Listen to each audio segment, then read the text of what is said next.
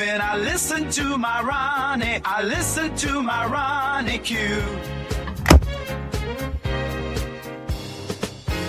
They are rare and they are few. Who can compare with RonyiQ? So grab a chair, she's coming through. She's on the air, it's time for RonyiQ.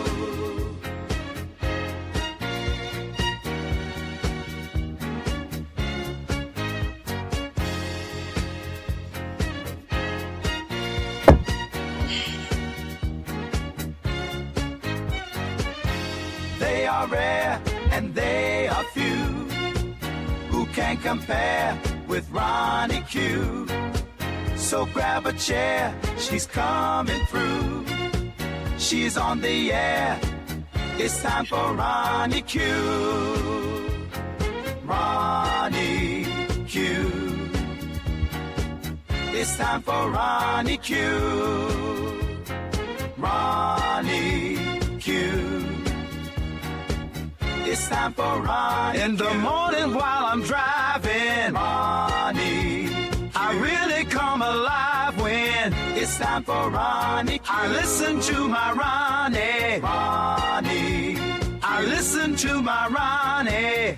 It's time for RonyiQ.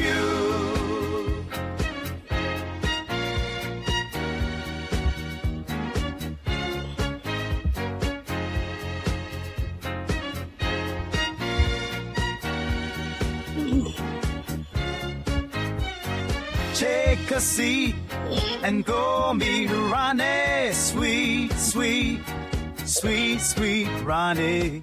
No day complete without my Ronnie. She can't be beat.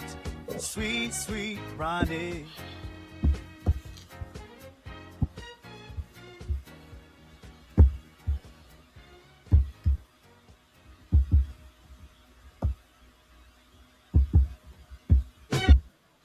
Grand Rising, Grand Rising. Thank you all for being here. Let's give the intro a round of applause, shall we? Since we have the applause thing, let's use it. Hope you guys had a great Tuesday. I apologize I could not come live.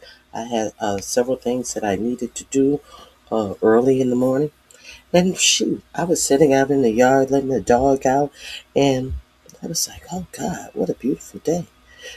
I still have half a pallet of flowers that I could be planting. So I hope you guys get out whenever you can and touch some flowers and touch some grass. Now let's get into this news.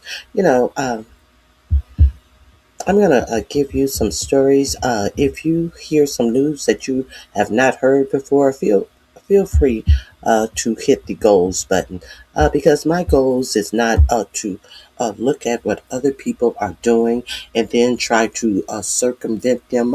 My goal has always been, for the past 2 years now, is to give you information that is not found on your for-profit media.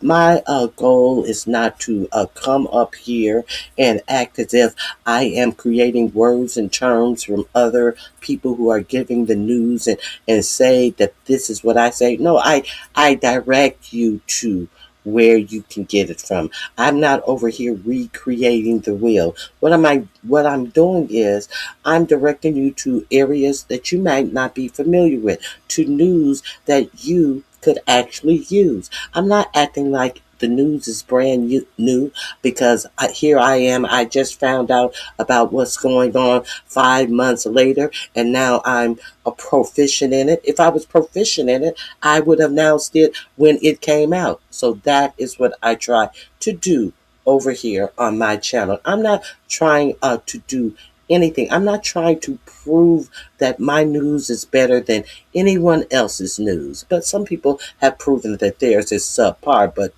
there's neither here nor there. But I am here to give you information that will help you in your life that you are living now, under these conditions that our president has this nation in now. I want you to look at the things that I have tagged for you. I want you to go explore some of these things that are tagged. I have quite a few different price ranges of solar generators. See, I'm not trying to do anything for myself or my family. I'm trying to do things for you. Uh, the only thing I'm trying to give you is information. So if you like this channel, please subscribe, please share, please tell a friend, because this news is about what the collective can do for each other. It's not what I can get off of you. Okay? Capiche? Don't send me nothing for my dogs. Don't send me nothing for nothing. Take care of yourself. Because there is a whole lot of talk. Now, I have told you this time and time ago. Uh, your president is really putting us in a position where the whole world is about to bubble over. Now, there's a lot of talk about this new world order situation, and I concur. Your president is really setting this nation up for big billionaires, big corporations to change the order that our nation has been going in, that the world has been going in. And unfortunately, one of the biggest things that I have been telling you about is the BRICS. That is one of the things, the BRICS trading amongst each other.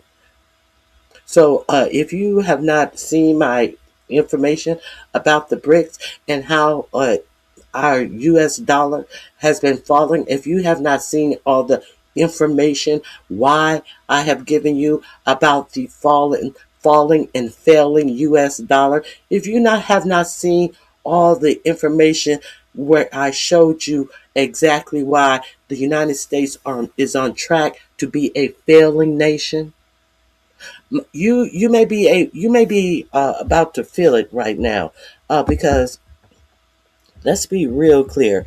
Iran is not playing with you. Iran is not playing with us. What is this? I think this is the one. There is one I do want to show you a message. Oh, we're going to get to that dumb bitch later. We're going to talk about Pam Bimbo. We are going to talk about the DoorDash grifters, and we're going to talk about this war. And as far as this new world order thing that I'm talking about, um, Iran has a message for the world. Enjoy the current pump figures with the so-called blockade. You'll soon you'll be nostalgic for $4 and $5 gases. Soon you will be remembering how good it was when your gas was only $4 and $5, $4 and $5 a gallon. That will be nostalgic for you. So understand that the last two ships that left Iran before this illegal war that Benjamin Netanyahu and Donald Trump has struck Iran with, the last two ships are set to port sometime today. And once that oil gets off them ships, all the ships that are coming in are going to be repriced. And understand that this has reset gas prices for the future. Up there saying that you will not see gas prices get any lower. Who is they? My mama say don't ever talk about no they. Who is they? Economists are telling you that your gas prices have been reset and you will be burdened with the high price of gas for an estimated 10 years, higher than what you're paying on today. This oil that was already on the way that you're paying for, no, you ain't seen nothing. Because the oil that will be coming on the way, that's what's going to break your heart. So I just want to give you that information. And they're telling you right out front. Enjoy the current pump figures with so-called blockade. Soon you'll be nostalgic for $4 and $5 gas. Okay? Now this Galbraith, he was one of the negotiators. He was one of the negotiators that negotiated with whom? With whom was he negotiating with? Two real estate developers and J.D. Vance, who never had a job that wasn't handed to him from a billionaire. Who no people qualified in anything that they were doing. The Witkoff and Kushner team that had brokered peace with Palestine and Israel. You know, that same peace that they are bombing the fuck out of Palestine right now? Yeah, these people. Y'all had a whole big fanfare, whole show, everybody standing on podiums like they are kings and all of this stuff. And did y'all buy that shit? As they have continued, and from the day that they did that pomp and circumstance show, as they have continued to kill the people in Palestine. Okay. Hey y'all, how y'all doing? What you think gonna happen to you? Okay, well, okay. My cup. Have a good day. Have a good day. Uh, But let me tell you something. The blockade is what's helping us get the oil down and holding everything hostage is what put the oil up. Well, let me tell you something. Well, let me tell you something. Let me tell you something that the military is not even following the orders of this said blockade, because your president said that he was blockading everything, nothing in, nothing out. So if Iran was holding something hostage and your president came out here and told you they're not going to even let these ships that Iran wanted out, like those ships like China, your president told you that he was going to kick up a dust with China. But what are you saying about that? Because China is most definitely one of the ships that your president said would not be able to go out. China is most definitely one of the countries that buys oil with Iran. So instead of having this blockade just with whoever Iran wanted to blockade, your president told you that they were going to blockade everything. So what are you talking to me about? But strangely enough, there are so many commanders in the military, the few that are left that don't want to spend the rest of their lives in jail, that are circumventing your president's orders. What they came out with. These were the people in the military came out and said, "Well, no, we're just going to blockade ships that are coming from Iranian ports." Now, these are two different things. These are two different things totally. So what they're telling you is that any ships that Iran lets go through, they're going to let go through. And how do we know this? Because that's what your military is doing. Since you want to talk to me, since you know so much, but any ship that Iran is blockading is still blockaded. But your military just let a sanctioned Chinese ship go through. Why? Because Iran said it can go through. So why you think you know so much listening to propaganda media? This is why I'm here. This is why I'm here. Thank you guys for being here. Please make sure you hit the like button. Since you want to converse, let's find out if you even know what you're talking about. I know what I'm talking about. So let's get into it.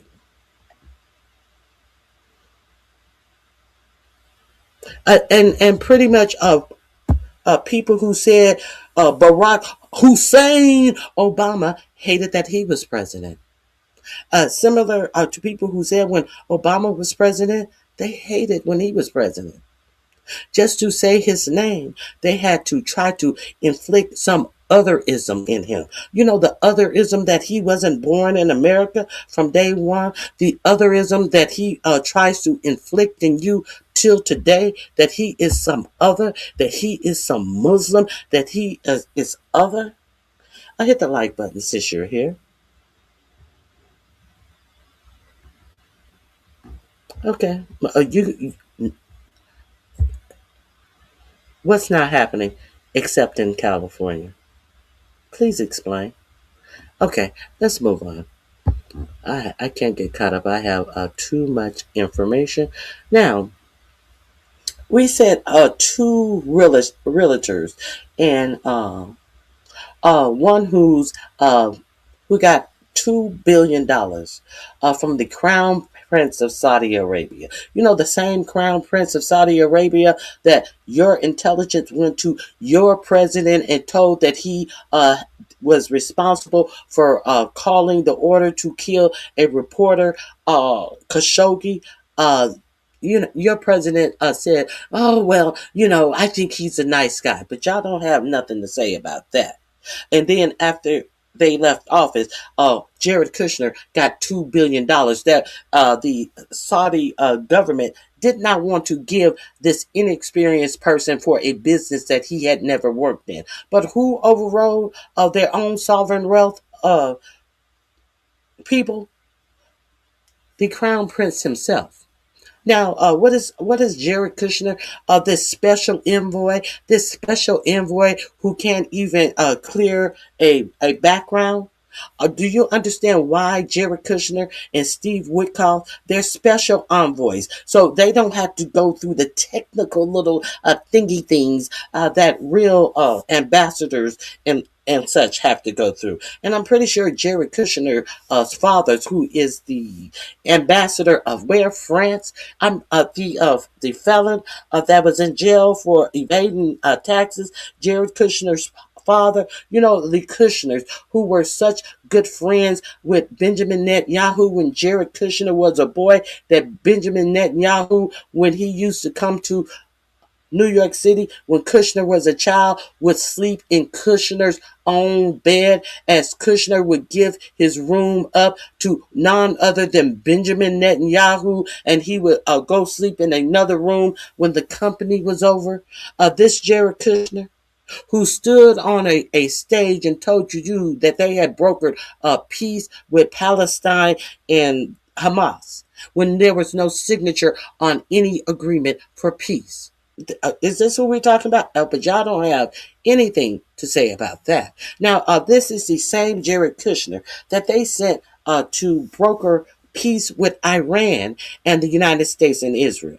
Israel is who is the reason why we are in this conflict in the first place, because your stupid Secretary of what is this? Not the Defense Secretary, Marco Rubio. A stupid Marco Rubio, he came out and told you that Israel said that they were going to strike Iran. And he told you that they knew if Israel struck Iran, Iran was going to strike U.S. interests in the Middle East.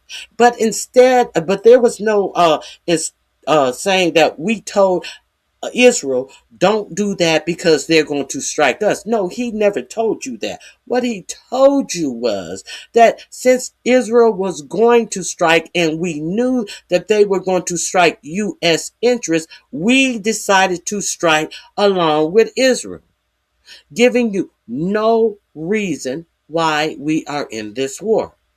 That's what Marco Rubio told you. But where was Marco Rubio, who is in the State Department, the Secretary of State, when it came time to negotiate to end these strikes? Marco Rubio was at a MMA or whatever, one of those fights. He was sitting up looking shit-faced at a motherfucking fighting event with your president. The people who got us in this situation was sitting up at an fight. I have already played that video for you. I've already told you this story. When did I tell you this story? I told you this story on Monday. But y'all sit up here and act like fat meat ain't greasy. Now, your president agreed to 10 points of a ceasefire. One of those 10 points I've shown you. Go back, watch the videos. We're not going backwards. We're going forward. So he agreed to these 10 points. He texts you out that they have a framework. And when they get there, what did J.D. Vance and the realtors try to do. They try to tear up the framework. They couldn't even get past a framework. When your president said, we have a framework that we feel we can work around, he told you that he was sent a 10-point agreement from Iran, and they have basically gone over it, and they feel like all of the things that were points of contention have been worked out, and they figured that they needed uh, a 2 week break, and then they could come back, and this was the 2 week ceasefire. They figured they need a 2 week break, and they could come back and get hammer out the totality of this agreement. That's what your president said. But what did his boss say? What did his puppet master say? He said, no, Syria is not included in the ceasefire. And what did Trump's puppet master do? Trump's puppet master then proceeded to strike Syria, the worst he has ever struck Syria. See, understand that Israel have no intention of putting boots on the ground of their people. But while your president and his drunk Department of Defense Secretary, allegedly drunk Department of the Defense Secretary, is talking about putting boots on the ground. We know that they've already had boots on the ground with what I believe was the attempt to go in and get that uranium that was underground. Because who sends hundreds of troops out there to rescue one man? Who lose aircraft that are meant to carry hundreds of troops into an area? Your Department of Defense, your Secretary of Defense does, and your president. These are the people who do that. How many people were on the mission Raising Cain? Oh, I don't want to say that. There were hundreds of people there were hundreds of people out there. Hundreds of people out there for what? Now, we know that they would have needed hundreds of people to successfully do what most people with any sense understand that they were trying to do. They were trying to dig up the uranium. They were trying to dig up the enriched uranium, but they failed miserably at it. They lost almost $500 million worth of aircraft and helicopters on that mission. And it has been reported that they are underreporting the deaths and injuries in Iran. But y'all keep that. Y'all keep that. Y'all play like you don't see what's going on. But what I do advise you is, I advise you to look. I have some things pinned for you that you may want to interest yourself in, because while we are going through this gas crisis, y'all think that y'all going to be able to walk up to the gas station with your little generators, with your little a gas can, and get gas for your generator. You may want to look around. You may want to shop around for a solar generator. That's all I'm telling you. I think it would be wise of us to prepare ourselves like the rest of the world has been preparing themselves. You notice that your government is not telling you to make any preparations that will sustain you, but other nations are. Other nations are definitely making preparations to sustain and to live. But your government is not even telling you about the things that are about to impact you and how you live your life. Your government is not telling you nothing. Yeah, nothing. Okay, let's continue.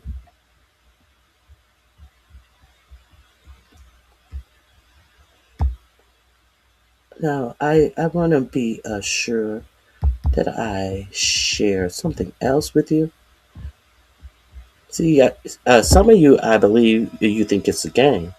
Now, let's talk about this blockade.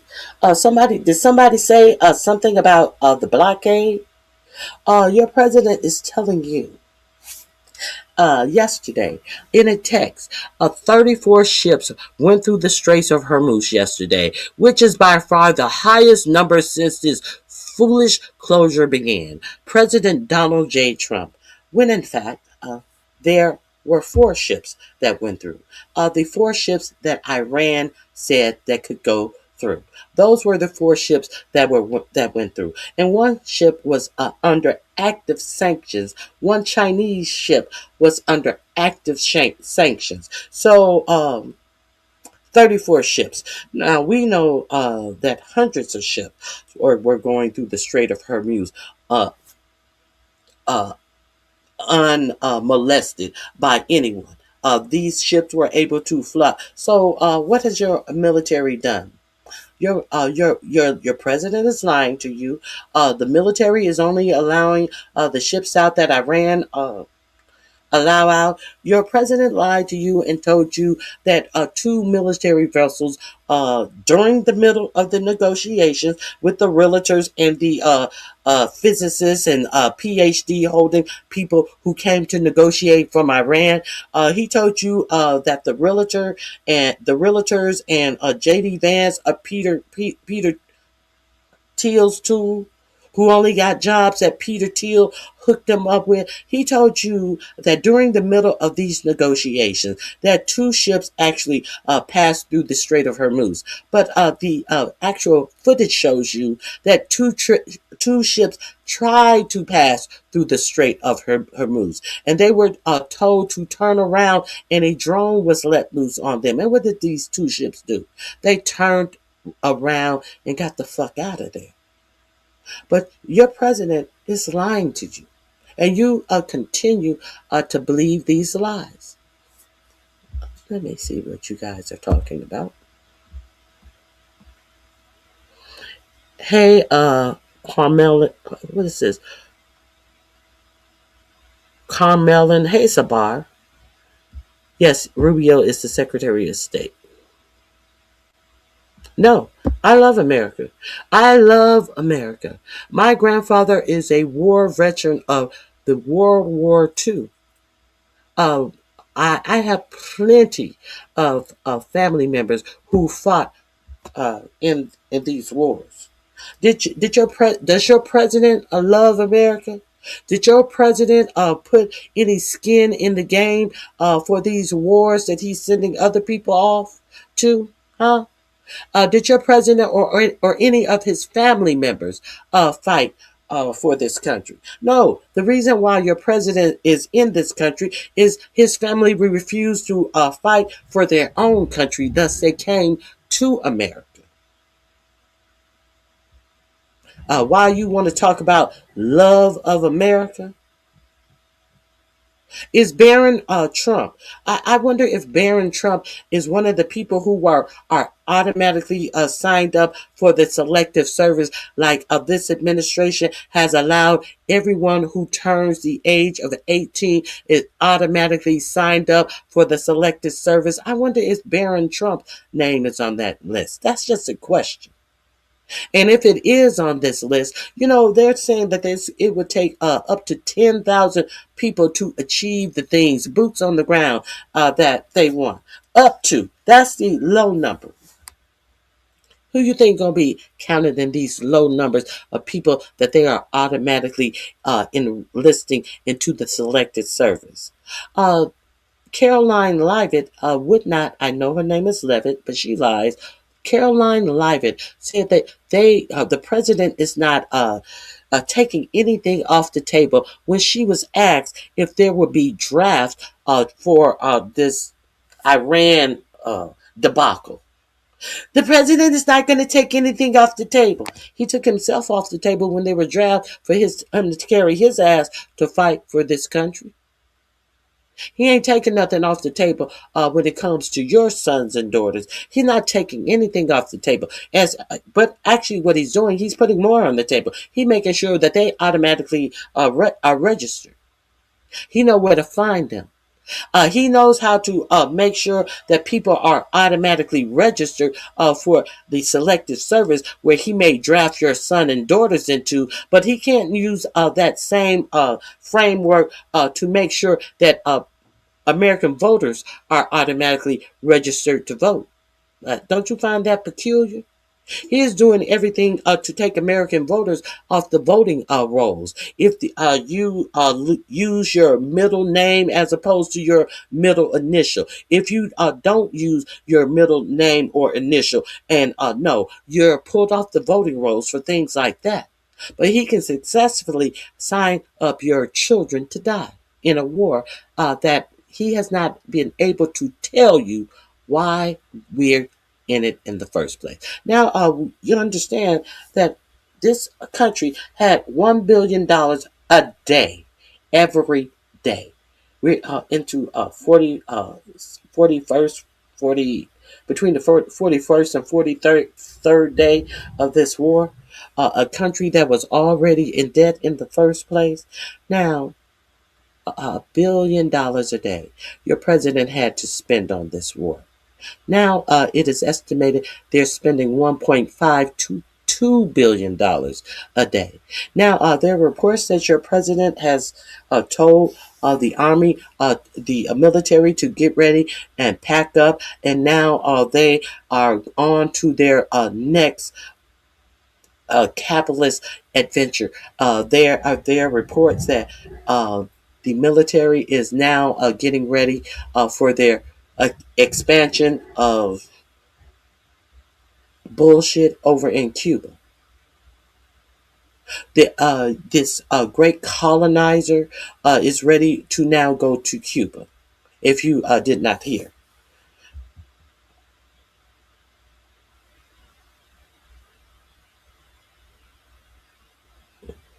Tyler, I need where you got that. Who is they? First of all, Tyler, who is they? Who is they? I need to know. They found. Who is they?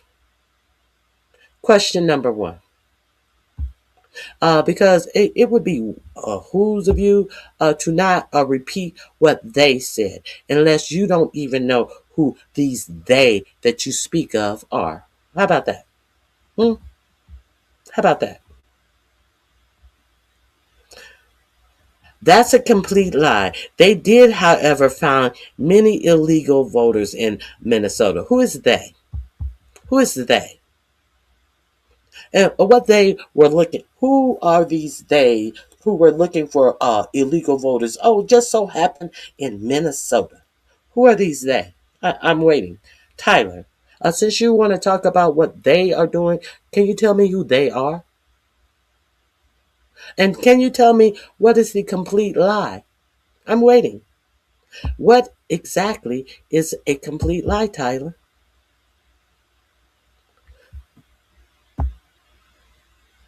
Doge.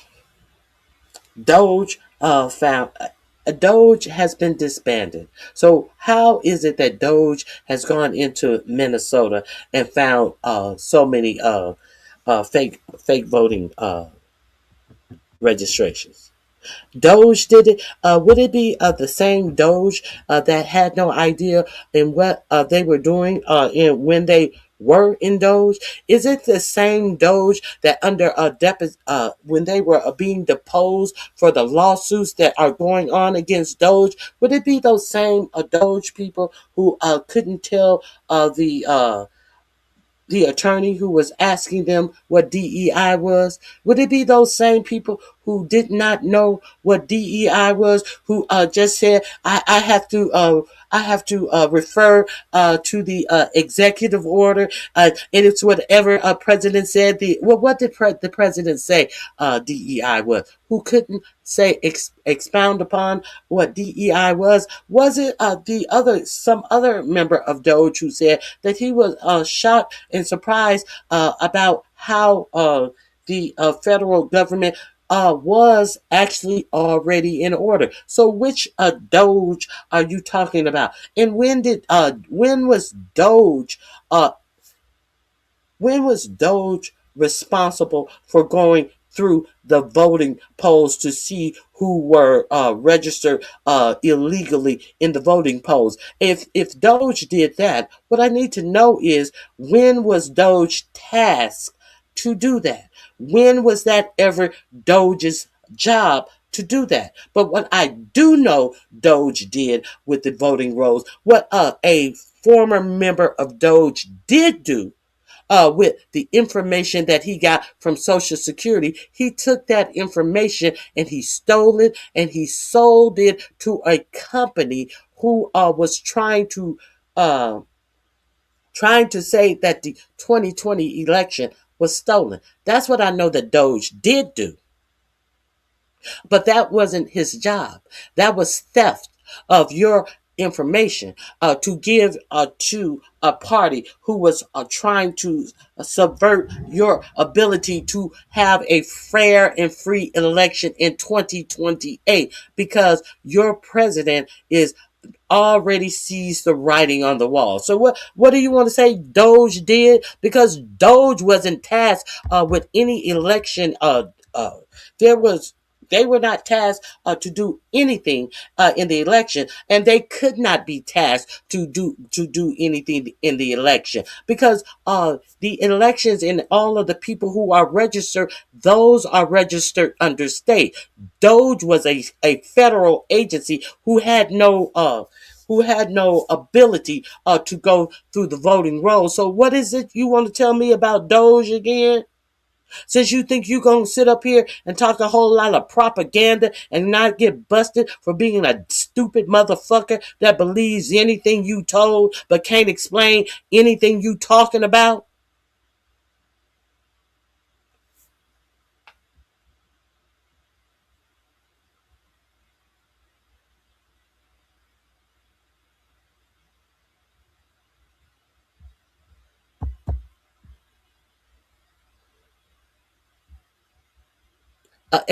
I'm waiting. I'm waiting. Yeah, you are talking a propaganda that you don't know what you're talking about. Explain to me how someone from Doge stole information from Social Security and gave it to an entity to try to subvert elections. Tell me what your Social Security information have about to do with subverting the election. Doge was in there stealing information. He has no source. He has a source of a propaganda media. This is what I'm here for. If you have, however, how does it subvert elections exactly? Who are you talking to, Gruff?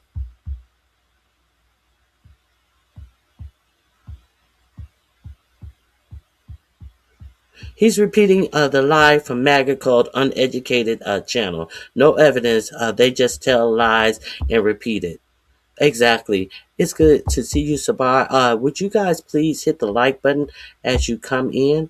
Um, this is not a channel that suffers fools.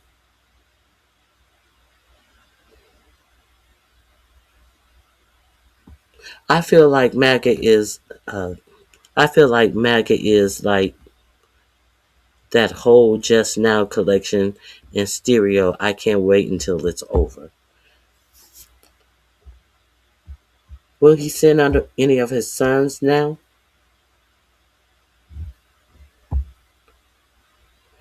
Okay, let's move on. I'm sorry. I'm sorry. Sometimes I see something just so crazy.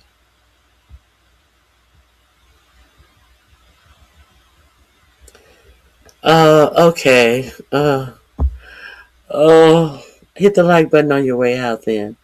We don't want to force you to stay. Hit the like button on your way out. Good morning, Al Gilbert. It's good to see you. Now, let's get into the meat and potatoes of what we're going to talk about here today. What we're going to talk about is Bondi is a no-show. Now, why didn't Pam Bondi show up? No tax on tips or no tax on grifts. We're going to talk about the fake DoorDash delivery real quick. And what the thing about that whole DoorDash delivery is the things that weren't said, the things that your president highlighted for you, that these people who copy the talking points of news, who have no lived experience, who has no critical thinking. They can't figure out what your president presented to you yesterday with that DoorDash bullshit. Okay, we're going to talk about the general refused to follow the illegal orders. South Korea suddenly is now feeling sorry for Palestine since their own economy is failing. So South Korea is bucking up against Israel and your president because they said, look at what you guys did over in Palestine. Well, during the time that this stuff was going on in Palestine, South Korea didn't say a word. So it seems like South Korea, we are losing them as an ally, and South Korea is like, fuck you. We're gonna do what we need to do for ourselves. Kind of like a lot of people who don't give a fuck about what happened to other people until it starts affecting them and how they live their lives. This is why so many Americans are looking at what's going on in other countries, what's going on in European countries. People are actually rioting already and taking to the street in some parts of Europe about these gas prices. But you guys think that, hey, we're used to being abused by our government. So, hey, let's just make excuses. Let's just repeat propaganda about us being in situations that we don't have to do with. We don't have to be in because our president is a compromised president that must do whatever Netanyahu tells him to do, in my opinion, what it appears to be to me. So we sit down and take a whole boatload of dick because of what your president must do. The orders from Netanyahu, your president must do. Somebody who was a best friends. He was my best friends for about 15 years. As Mossad put cameras in every thing that he owned. Yes, Jeffrey Epstein was my good friend. We're going to have an update on the Jeffrey Epstein Melania thing. It is interesting. It is quite interesting. You are going to get an idea of why Melania came out. I don't know him. I don't know Ghislaine Maxwell. Oh, that letter that I wrote to Ghislaine Maxwell was just nothing. It was just a little, what did she say? A tribal note. It was a tribal note. What tribe? What tribe was that? Do they call hoes a tribe? Is that code language for hoe? I don't know. I don't know what a tribal note is. And my ancestry go all the way back to Africa, and here it is. I don't know what a tribal note is. Okay, we're gonna get an update on Melania. Melania, you in danger, girl. More Epstein leaks. Trump is called a slave. Did y'all get here? Trump was called a slave. A slave to what? A slave to the rhythm? No, a slave to Israel. We're going to talk about that. We're going to talk about JD Vance proves he's a wimp. We're going to talk about Doge and the theft of your SSI information to suppress your vote. And now I already have this in the description of a box of what I'm going to be talking about, and some motherfucker came up in here and tried to tell me about voting stuff in Minneapolis. I did not know that. I wrote this last night. If you look in the description box, it absolutely tells you that is what I had already planned on talking to you about. Amazon says step over the dead guy and just get back to work. If you are unaware, there was a guy who fell out dead in an Amazon warehouse, and they said, turn around and keep working. Never slow down the machines, never stop the machines, nothing. You die in your workforce, you keep on working. Kind of like they did slaves. Now, there's also a story about a sugar plantation. in, it could be in Louisiana.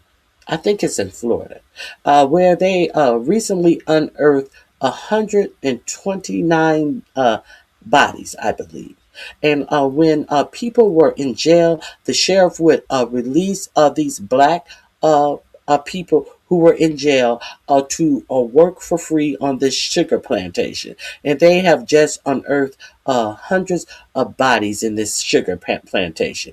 They said the bodies were from the age of 14 to in their 70s. And some of these people would work and they would pass out and die in the sugarcane fields.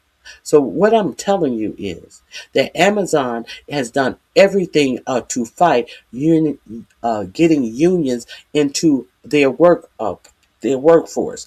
Amazon has continuously sped up the machines. Amazon even have little things that will shock you at your workstation if they feel that you're not working fast enough. You'll get a little shock, and that is just to remind you to work faster. So they're electrocuting you up in Amazon as a human being, while at the same time telling you that they are going to replace over 600,000 jobs with AI in Amazon because they cannot get. I guess they find it maybe illegal to shock you more because they may electrocute you. So they're going to replace you with robots. Over 600,000 jobs. And I bet tell me one person. Why y'all want to come up here and talk ignorant shit? Tell me one person who says that they're not shopping at Amazon. All of you people are playing a part in your demise. And you talk about shopping at Amazon as if it is some high budget, it is some good stunt that you're doing, like you are above the fray of the rest of people as you pay for your demise at a company that tells you they're in workers to turn around and keep working when somebody falls out dead at their workstation, at a company that sends electric shocks in its workers so they can speed up their work, at a company that has done everything to keep unions out of it. What do unions do? The reason why we have a 40-hour work week is because that's what unions have done. And that has been uh, copied all over the country. What has kicking unions out of the workforce done? Union are the ones who say at what time, how many hours you work before you need a break, how many hours you work before you get a lunch.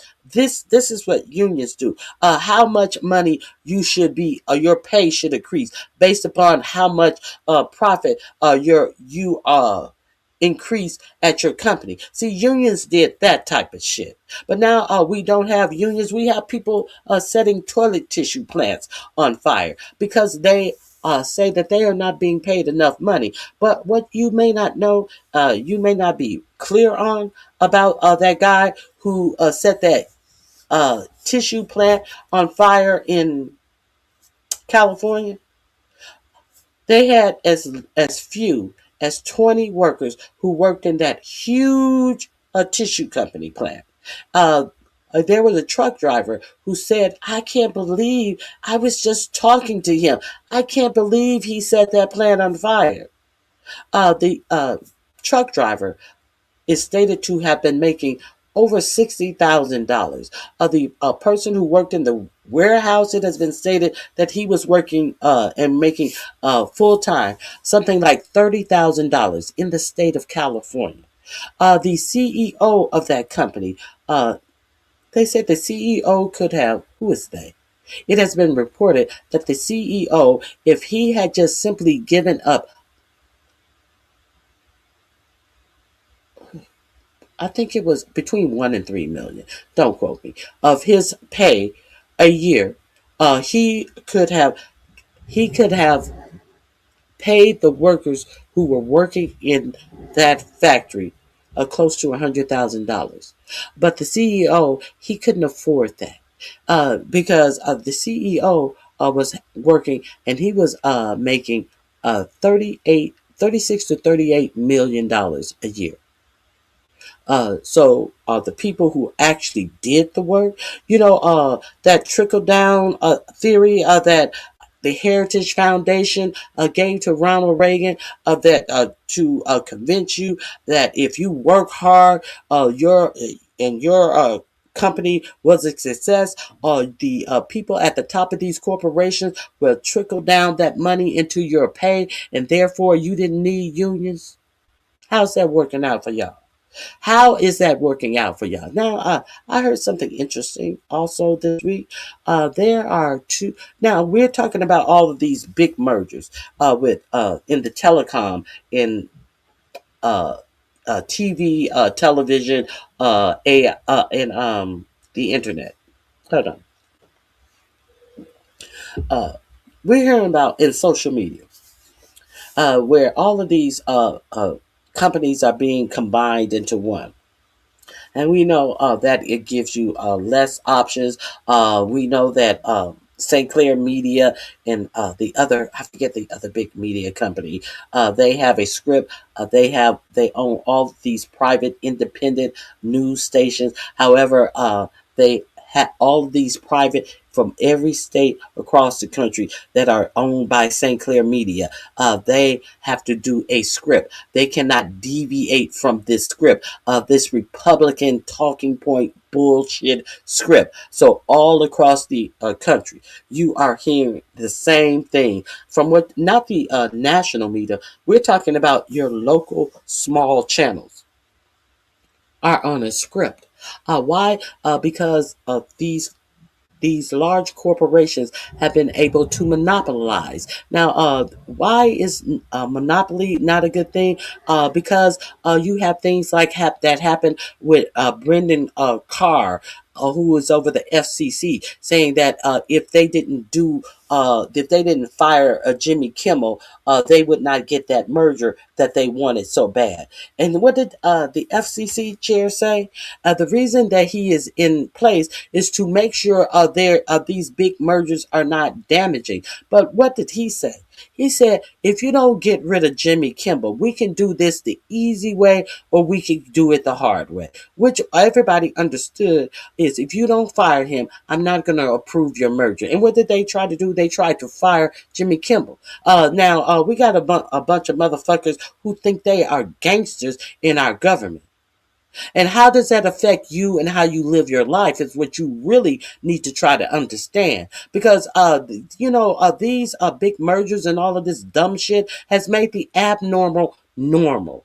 It is estimated in the United States that if the average worker is expected to have somewhere between 13 and 17 jobs in their lifetime. 13 and 17 jobs. And most of the jobs, you are not excelling. Most of the people in the whole United States, they are not coming in the middle of where they left off of their last job. That you may be in a job for 2 or 3 years, got a couple of raises, got a couple of little promotions and stuff. No, you're starting at the bottom of the ring in your next job. Most people, not all people, most people. The common American worker is expected to have between 14 and 17 jobs in their entire lifetime. You know what it was in the 70s and 80s? How many jobs people were expected to have in their lifetime? The most amount of jobs that people have in their lifetime was between 1 and 3 jobs in their entire lifetime. Make that make sense. Now, why do you have to go from job to job insecurities to job insecurity? Because it's not like most people in the United States are not starting at the bottom rung of all of these new jobs that they're getting. Sure, it's some people who move to higher positions, who apply for higher position.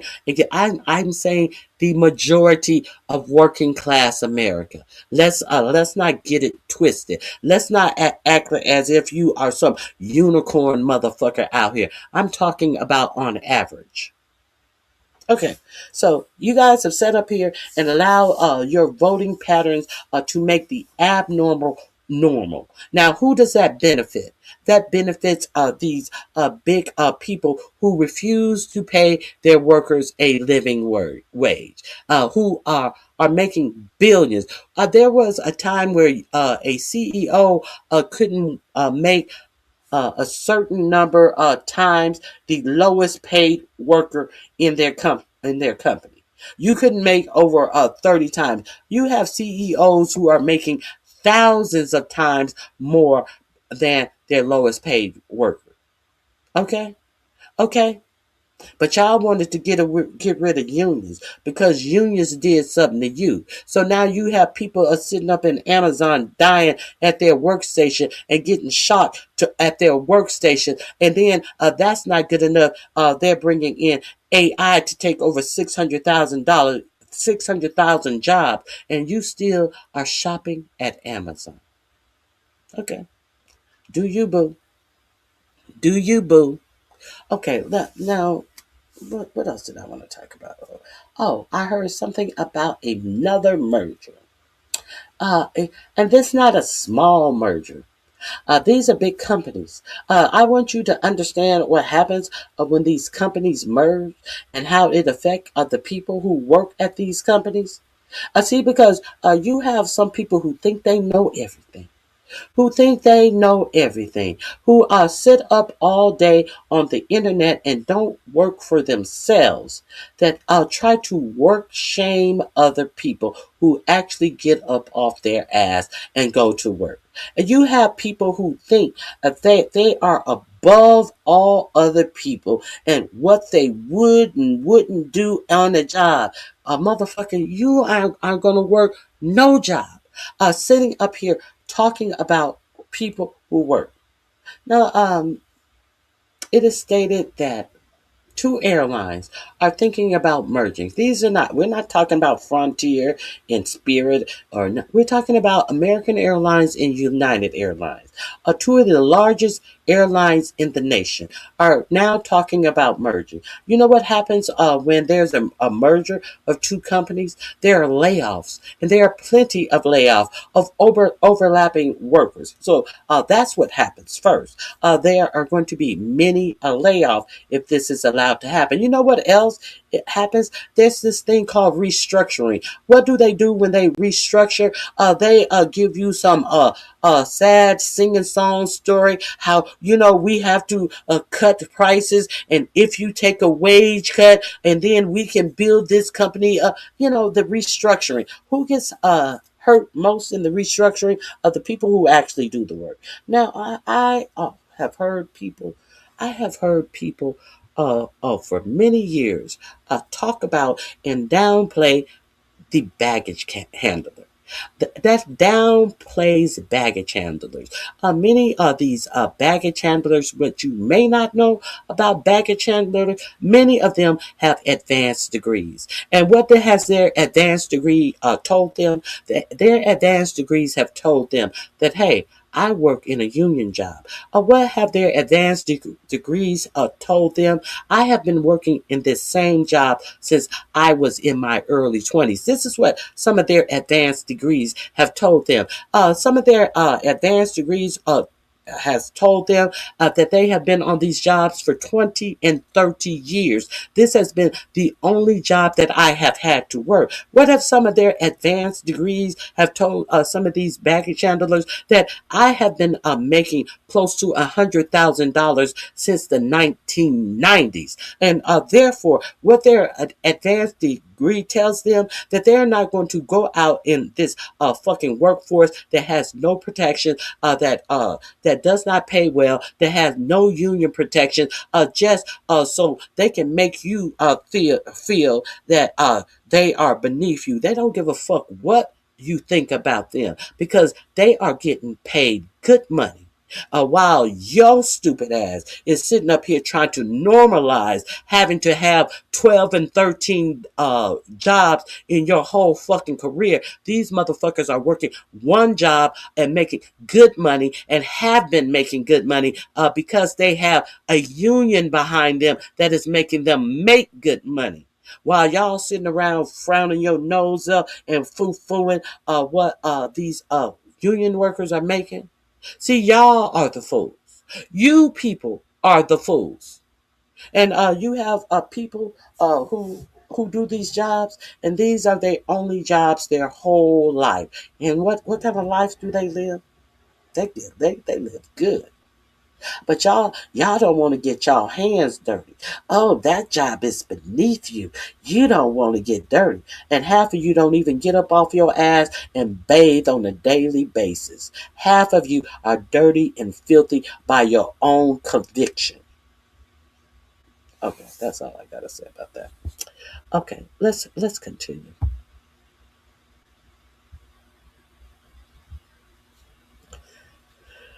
Exactly.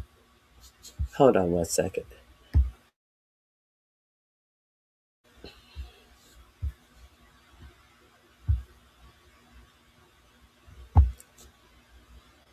Let me see what you're saying. This trickle down economy got Bill Clinton elected, and he had to clean up what Reagan did. And Bill Clinton is the only president who actually balanced the budget after that trickle down bill bullshit.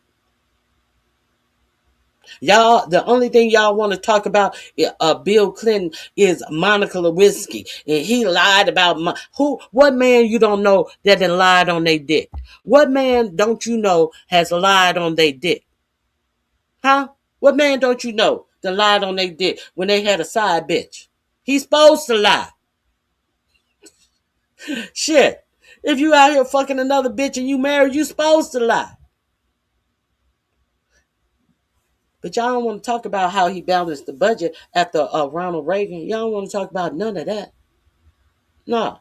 Y'all don't want to talk about how many jobs he created in his administration. No. Y'all want to talk about Monica Lewinsky and a blue fucking dress. And how did that Monica Lewinsky, anything about a sexual situation between two consenting adults affect you and how you live your life? But the things that did affect you and how you live your life, you're too stupid to talk about.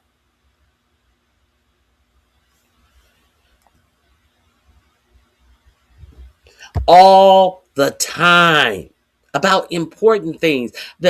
He lies about the things that do affect you and how you live your life. But y'all just keep out here. Oh, the Dems this, the Dems that, the Dems what, Dems what. Well, is to overtax corporations and rich until they leave. Those taxes are then passed to lower classes who are now losing their jobs because the company is moving to tax-friendly areas. Okay. Elon Musk is worth over $800 trillion, $800 billion right now. Tesla and SpaceX pay zero taxes. So explain that, sweetheart. Explain that. Elon Musk, who biggest investment right now is into data centers that may employ 20 to 30 people. Explain that, sweetheart. Elon Musk, who moved where to Texas. Texas gave him a tax exemptions. How are the people living in Texas? Hmm? Other places like Texas.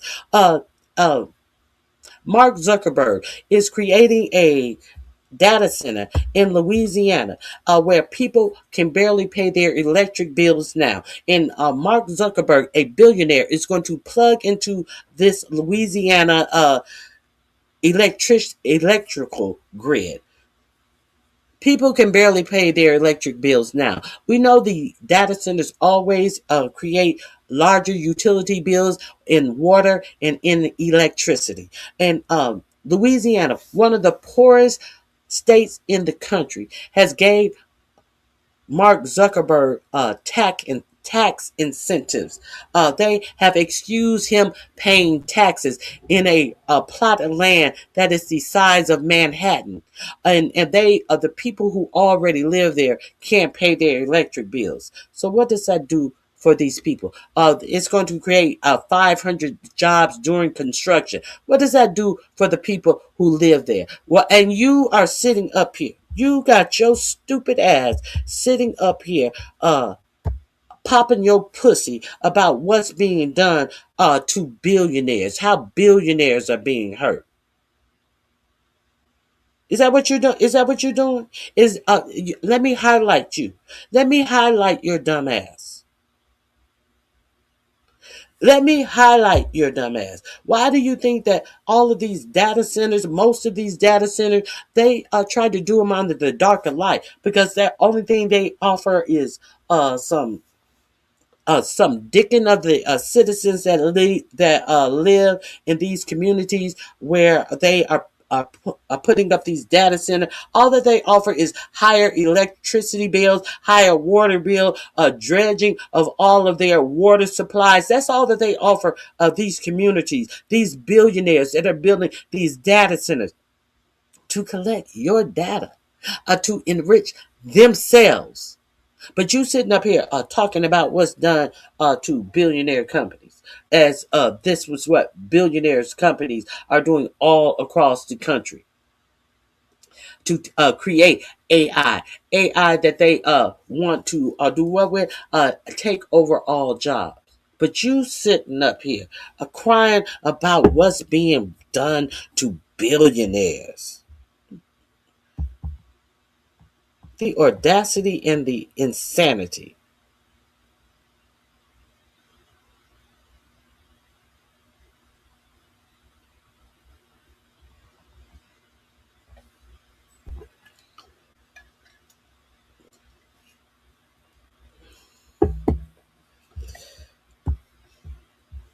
Okay, let's look at California, Illinois, New York. Companies moving to tax-friendly states. Fun fact: companies are in the business of making money.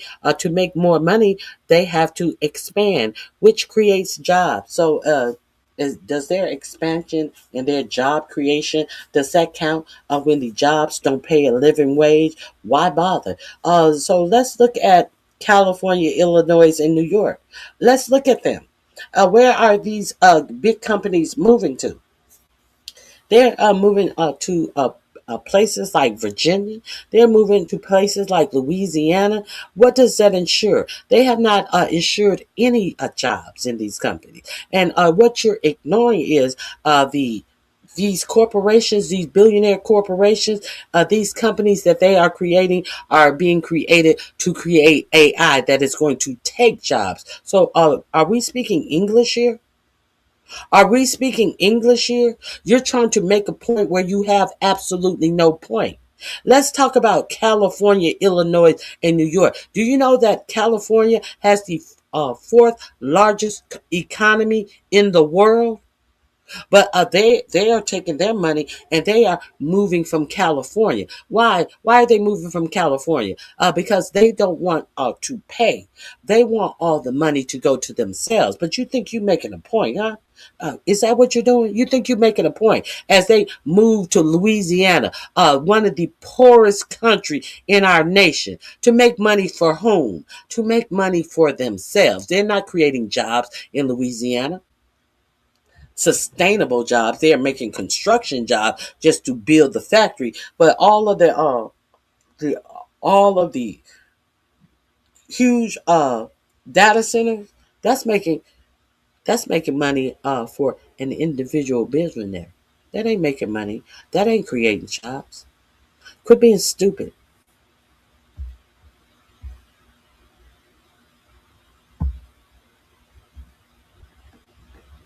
You try. You. Why don't you do that?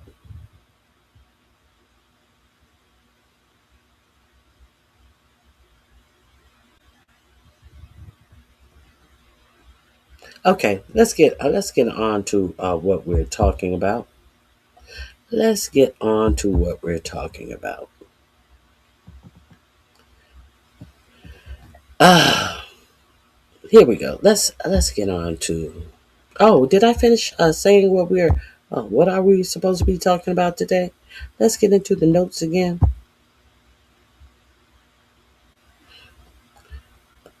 Amazon says step over the get dead guy and keep on working.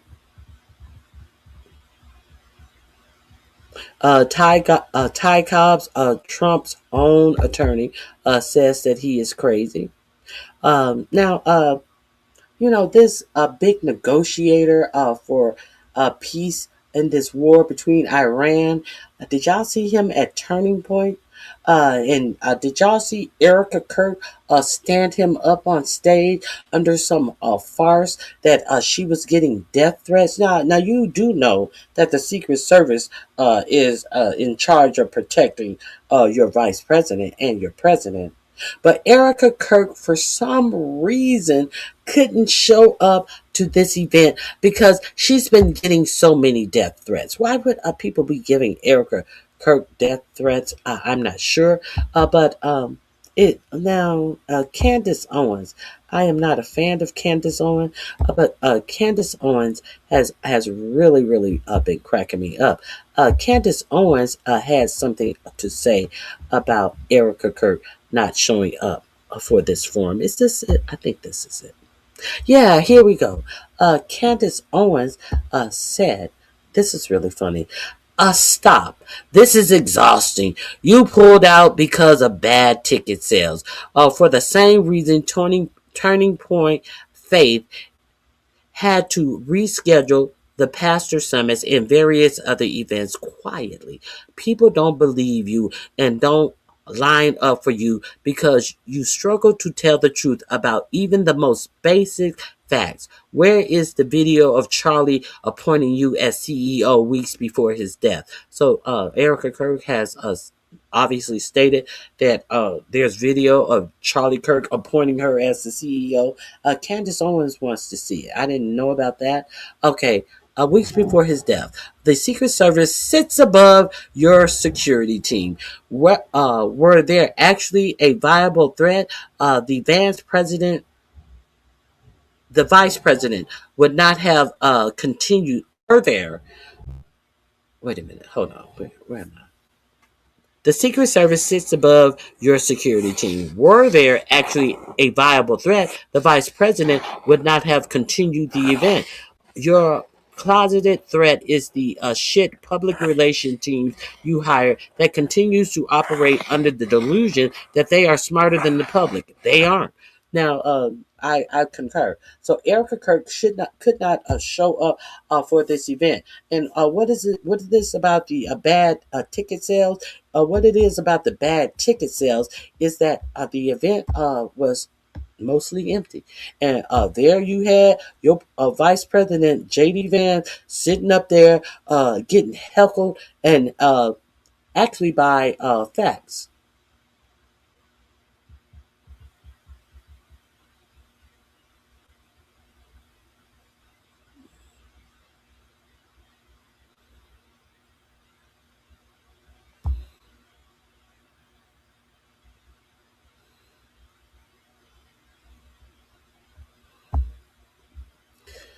Uh, you don't have to explain Reagan's 6-year-old. You don't have to explain Reagan's 6-year-old kids know that bullshit from the schoolyard bully. What are you saying? Dad made $9.56 an hour laying brick in a 75 3-bedroom apartment, 185 a year a month, no background check. Everything was affordable despite interest. Yeah, and you have thank you, Johnny. See, the thing that bothers me is that you have people sitting out here excusing and making excuses for these billionaires that are fucking them out of a job, out of a living wage. And these are the same people who want all these illegals out the country. Get out of my country.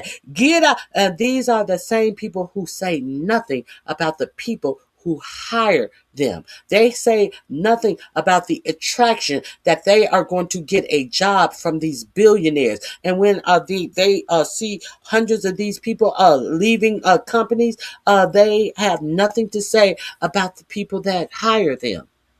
There were hundreds of people who were taken out of a meat packing plant in, oh, where is it? Oh, I think it was Iowa. I think it was Iowa. It was one of those in the they call that the Midwest, but I don't consider Iowa the Midwest. But I think it was Iowa. Hundreds of people taken out of the plant. And what did they say about the man who hired them? Well, I use E-Verify, and they must have gave me fake IDs, but I E-Verified everybody, so he had not no charges, no penalties to do what? To continue to do the same thing that he has always been doing, knowing that he is hiring undocumented immigrants. And you want to get mad at people who know that they are going to come to the United States and get hired, and they are going to get hired for a wage that is below a living wages, but they're going to live together. They're going to pool their money, and and then you get mad at them because they are willing to come over here and work under for low wages. They are willing to work. They are willing to live. It's like 14 of them in this house, but they're all working. And how many people are living in your house that should be out working? But y'all want to think that this is y'all. They have all them babies. I thought y'all love the children. Y'all love the children, and too. They're not white children. I thought y'all loved these children. Okay. They have all these babies. It's all of them living in the house. And then what do?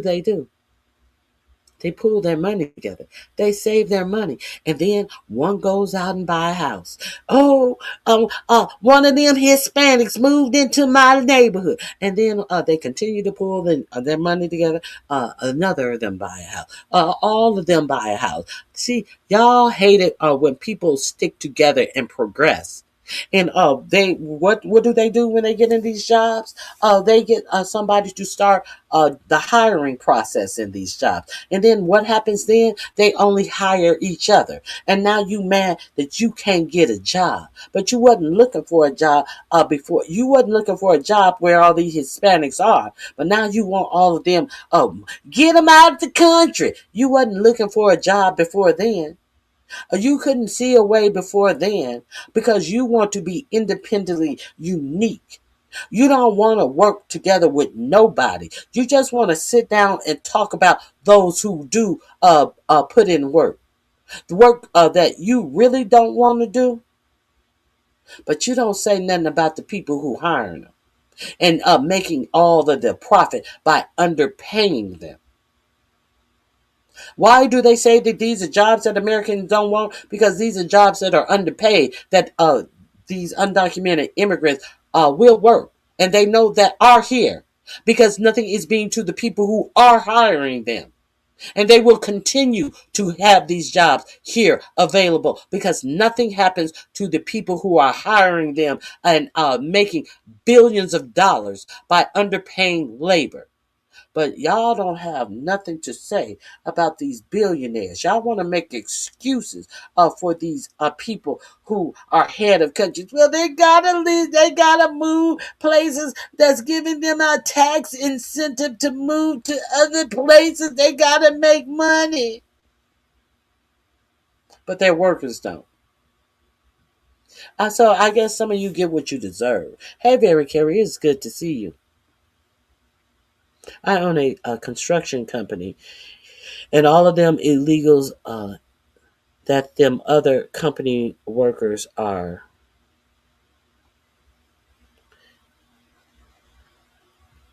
a staggering, wait a minute, let me see, a staggering page. I own a construction company, and all them illegals that them other companies work are stagnating the pay scale. Wait a minute, I don't understand.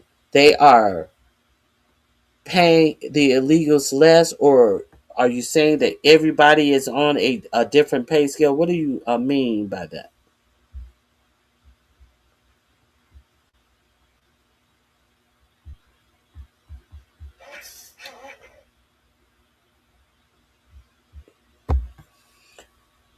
Good question.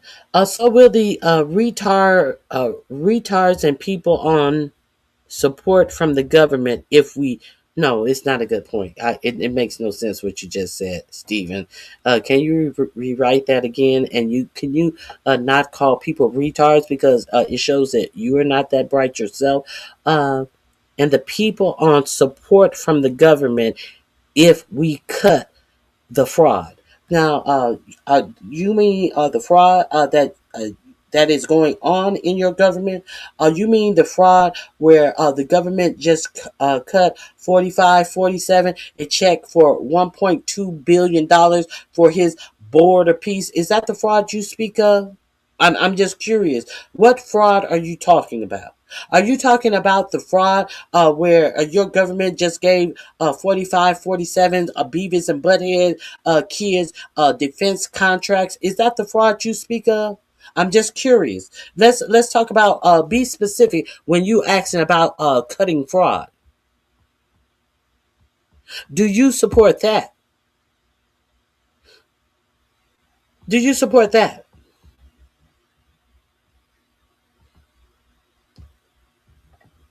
Child care fraud. What child care fraud are you speaking? What child care fraud are you speaking of? What Medicare fraud are you speaking of?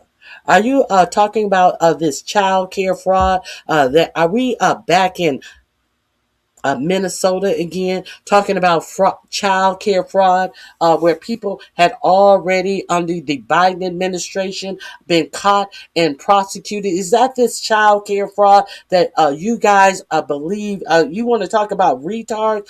You guys believe somebody who was presented to you by this administration as going to Minnesota and knocking on various doors of places that weren't even child care facilities, telling you that they wouldn't open the door because he came to the door and asked where the kids were? Would you open the door from some young white guy asking about where the kids are? Because he wanted to sign up his child in this school and he had no child to present? Would you be okay if your daycare went to the door and somebody came to the door and said, "Where the kids at?" So what fraud are you talking about? The fraud that they pulled over your eyes about all of the people who had already been prosecuted and arrested in Minnesota? Is that the fraud you talking about? The fraud that your administration fed you and you believe because you are so uncurious? Because you have no sense, so you can't make sense out of nonsense? Is that what we're talking about? Bye, Stephen. You don't know, then you shouldn't be. I don't know what. I'm talking about what I'm talking about. As a matter of fact, bye, Stephen. Let's continue to talk about what I'm talking about.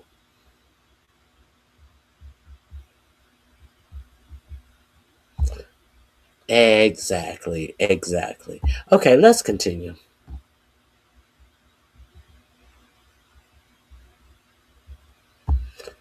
Exactly, exactly. You notice how we went back to the lie that was perpetrated in on the uneducated, the love of Trump's life, the uneducated voter. When I was talking about nothing is ever done to these people who hire these undocumented immigrants, which make it a magnet to come to America because they know they will get jobs. They have seen people throughout the decades come to America and come up, but they ain't got nothing to say about that. They don't have nothing to say about toting water for people who told you how bad unions were for you. And you continue to tote the water of the people who told you what that unions were no good for you. And then you wonder what happened to all of those good construction jobs of the 70s. that have gone to all of a sudden it's only undocumented immigrants who are working in construction because you bought the lie that the unions they give your union dues to Democrat parties. They give you no union should be able to give your dues to a political party. But you had no complaints when these unions were going to bat for you to make sure you got wage increases, to make sure now in Florida, of all places, Florida, since they only had undocumented workers working in construction in the hot ass city of Florida. What happened because there was no union representation for construction workers in Florida? Since you want to talk about going to different states, what happened was the governor of Florida, Ron DeSantis, said that they were not allowed to have water breaks if they worked in construction in Florida. Now, this is what your Republican governor poked his head in, the fact that there could be no water breaks for construction workers in Florida. And y'all normalize this. Y'all normalize your ignorance and where your ignorance have gotten you.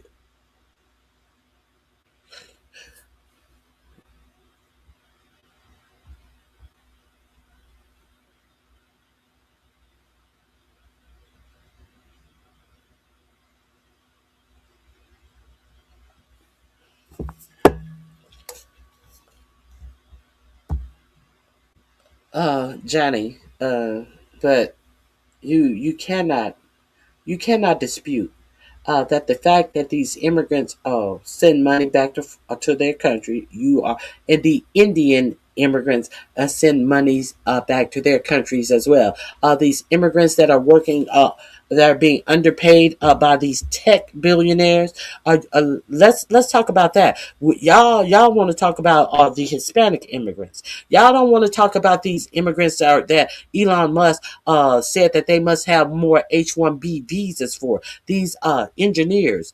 These are immigrants too who are being underpaid as immigrants. They don't want to hire American engineers because they know what it would entail to hire an American engineer. But they know that they can get an engineer from a poor Bangladesh or India, and they can pay them $70,000 or $80,000, something that an American engineer would never work for their ass for, and they can set them up. What do?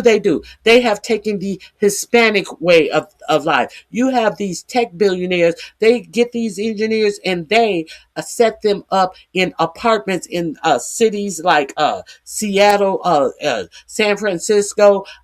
These tech billionaires are setting them up how Mexicans used to set themselves up, living many in a household. But these tech billionaires, these uh, Bezos and Zuckerberg and all of them, they actually pay for their housing. So you don't think that these Indian people are sending money home? Yes, they're sending money home as well. They don't have to pay for their housing. However, they must be. It is look. It is frowned upon if they are not always sitting up at these fucking tech companies working.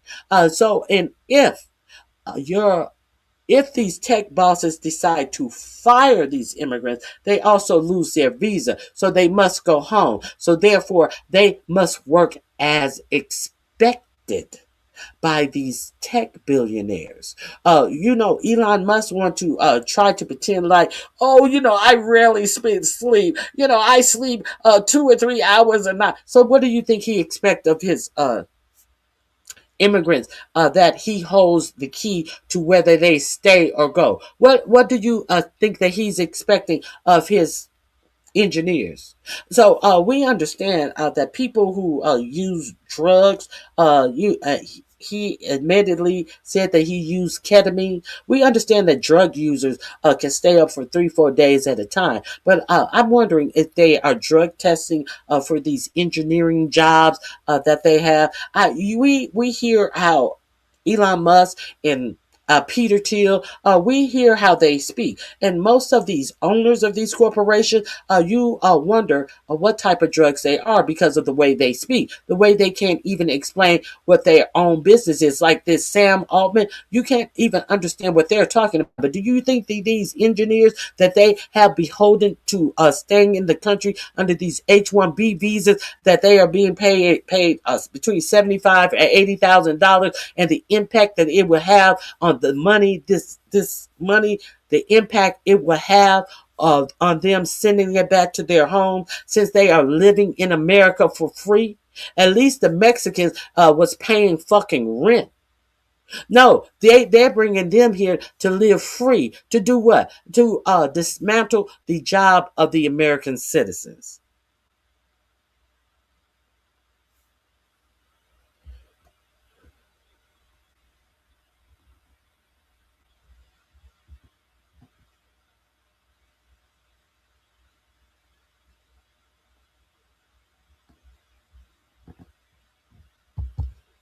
Now, most of the drug tests, that makes no sense. Uh, but the hard drugs come out of your system fast. I'm sure that these people are high in these companies, these tech companies, are not drug testing. Do you think that Elon Musk was drug test as he was set upon our federal government, gave the keys to all the information in our federal government? Do you think he was drug test by anybody in your this administration? I'm just curious. Do you think that ever even happened? Do you think that anybody in Doge was drug test? They won't even tell you if they did a background test on the Doge people. Let's keep it a buck. Because what is expected of one is not expected of the other. Now, I had enough. Let me see. I didn't come here to talk about this today. How about the billionaire companies outsourcing their call centers to India at a fraction of the price? But MAGA is too stupid to realize the workers here are a good thing, unlike outsourcing jobs. And what do I have to say? This is the only thing that I could ever add to that comment. Let me. This is the only thing that I can add to that comment.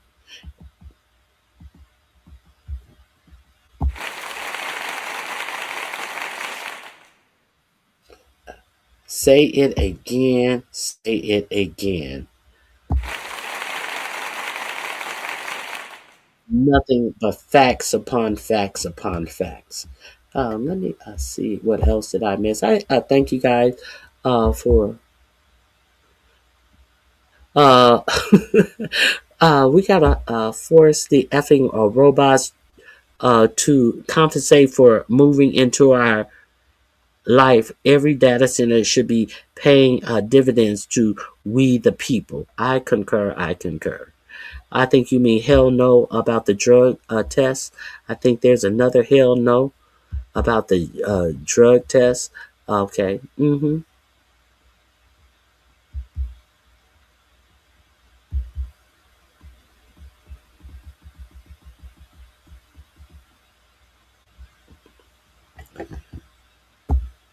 Taxing the rich has sent jobs overseas. How is that working out for these job overseas? So when a company sends the jobs overseas, what does that tell you about the company? Do you still shop with these companies? Do you still purchase things from these companies? Are these companies selling their wares overseas? So you have to find out where your personal responsibility lies within these companies. You're excusing everything that a person does to not pay taxes, but you don't figure out a way to make it easier for yourself not to have to pay taxes. You are you serious? Are you serious right now? The IRCA law was created by Republican Ronald Reagan. I don't know what the IRCA law. Let me see what that is. Let me see what that is. IRC. No, it is something different. What did you say? The IRCA law. Let me see what that is. The IRCA law. It is a 1986 legalized certain undocumented immigrants and established employer sanctions to prevent the hiring of unauthorized workers. Um, that would be Ronald Reagan. Reagan first term started in the 80s, so he had two terms. So you are correct. Um, it also known as the Simpson-Manzoli Act was signed into law by President Ronald Reagan on November 6, 1986. It aimed to address illegal immigration in the United States through a combination of legalization programs, employee sanctions, and enhanced enforcement.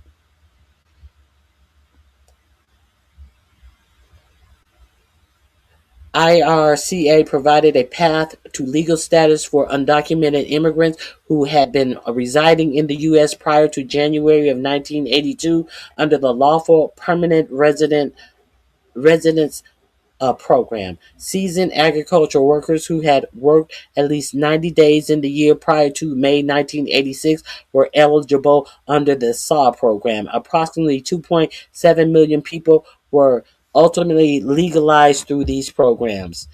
Employer sanctions. It became illegal for employers to knowingly hire, recruit, or refer for a fee any unauthorized workers. Employers must verify work authorization using documents such as passport, birth certificate, social security cards, or alien documentation and retain records for a specified period. Violations could result in civil penalties, injunctive remedies, or criminal penalties for repeated offenses. Employment verification. They had to verify their eligibility for employment. Enforcement. You guys can check that out. Now, the thing that I wanted to touch on about this as well. The thing that I wanted to touch on this as well. What was it? It just. Hmm, I apologize. It has just slipped my mind. I was thinking about it, and it slipped my mind just that quickly. What was it? I apologize. I gotta move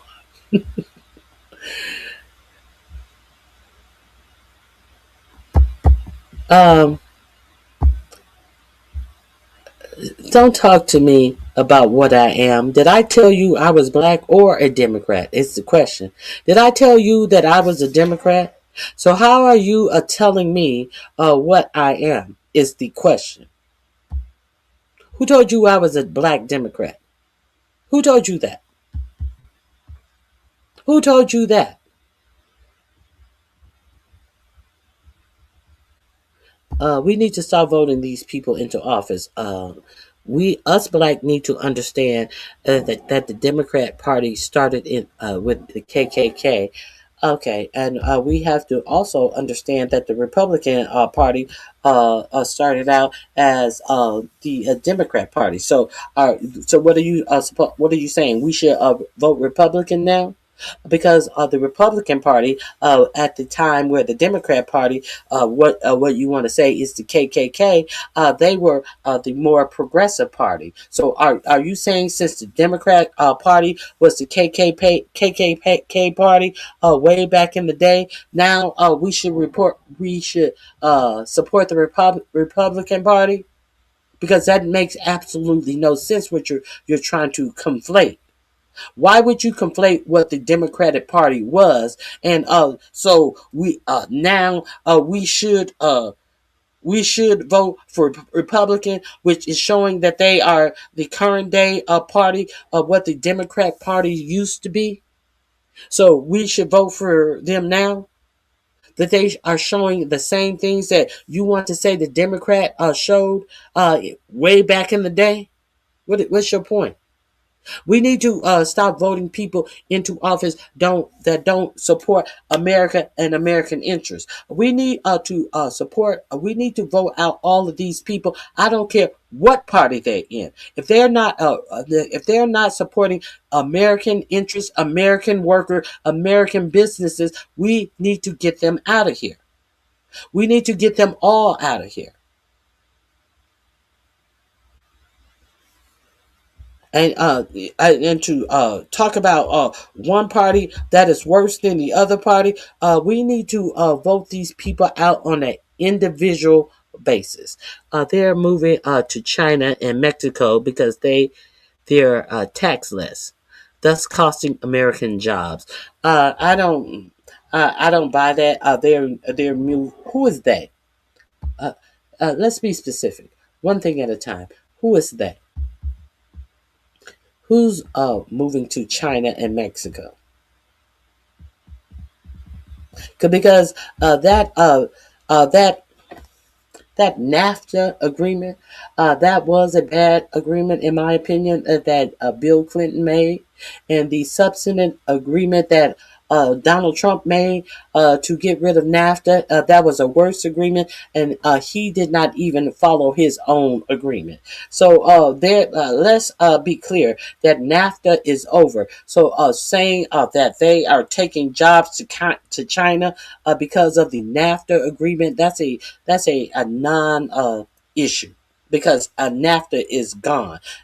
During Because Clinton signed NAFTA, that is why we lost a lot of manufacturing jobs. But what are you saying about the jobs that AI is about to take away? See, continue to talk about the past. There is no more manufacturing sector in the United States. Let's go from where we are now. Let's go from what jobs that are in the United States. Let's go from the jobs in the United States that these billionaires are saying that they are going to take away from the American workers. We can continue to go back and to what was the problem. Let's start right here today. What is the problem today? The problem today is that nobody is saying anything about these billionaires saying that AI is about to take over the white collar work job market. They are saying that they are about to strip away between 50 and 60% of the white collar workers. What say you about that? Let's bring this to the forefront of what we're facing now, because what we faced then, nobody wanted to fight, and I do understand that it is obvious that a lot of people who these things affect, y'all don't want to fight now. Y'all don't want to fight now. You don't want to even fight for your white collar job. Y'all sitting around jaw jerking about what happened then, what happened this, and what happened that. You have no solutions, and as you continue to shop at Amazon for what is happening in the current. And this AI shit that they have developed is failing.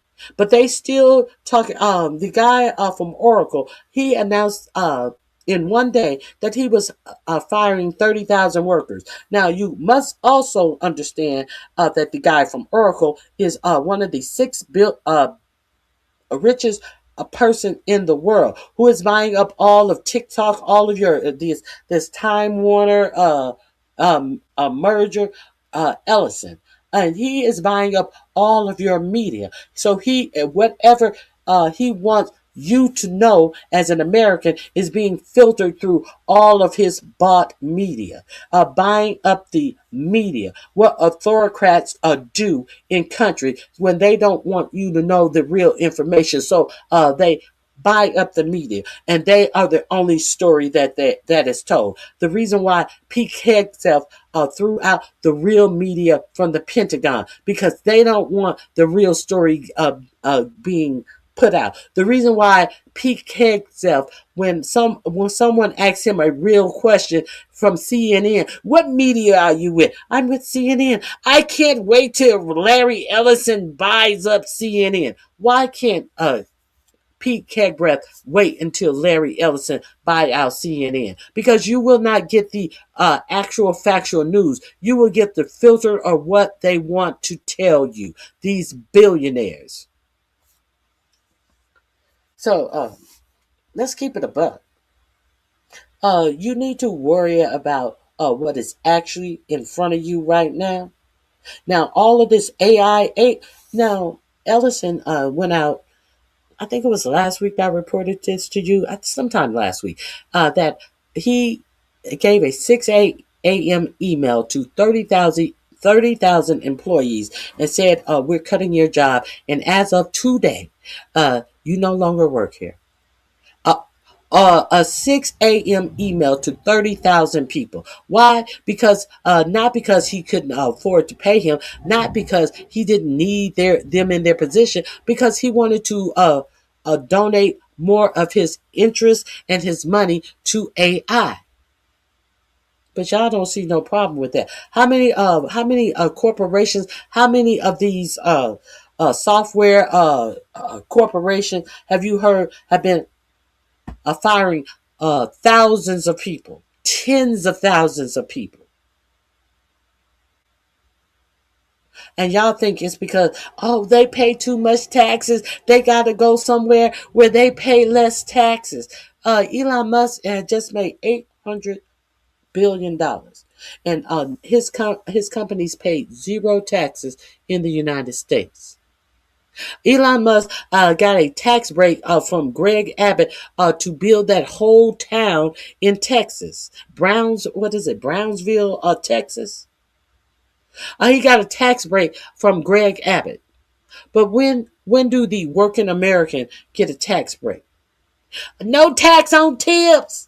No tax on tips. No tax on tips is up to $25,000. And let's talk about no tax on tips. Up to $25,000 worth of tips you don't get taxed on. So if you work somewhere wherever this may be, where you get over $25,000 in tips, you have to start paying tax on tips. So all of this no tax on tip shit is a bunch, is smoke and mirrors. And all of this no tax on tip shit, it only lasts for 2 years. It's not permanent. It's not permanent like the tax cut these billionaires just got made permanent in this big busted bill. No, the no tax on tip shit is fucking for 2 years.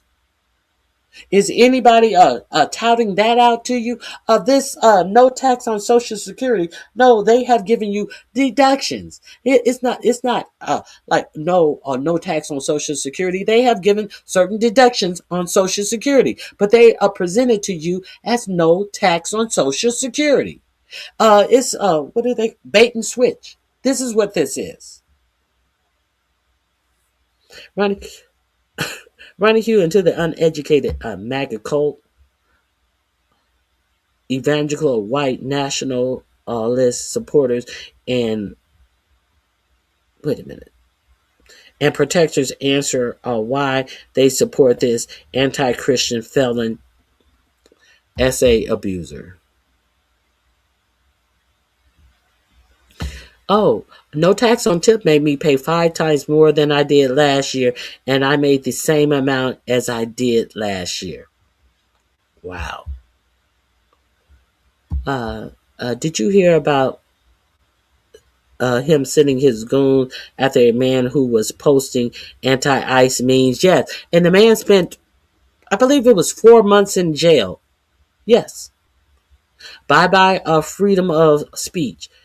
He's making it more a red China, and you're letting him do it. I concur.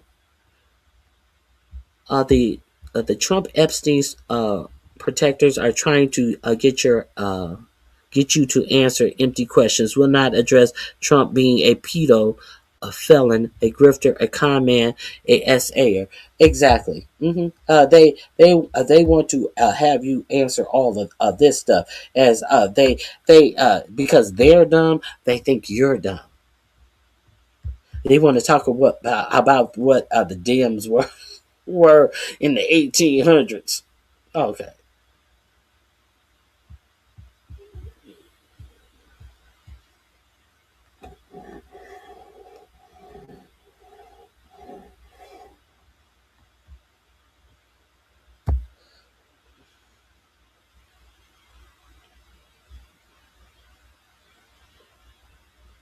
look at this.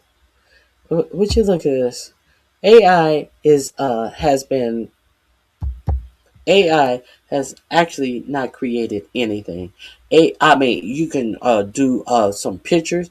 You remember the first report, the first federal report that uh, Kennedy tried to put in as the head of the Department of Homeland Security.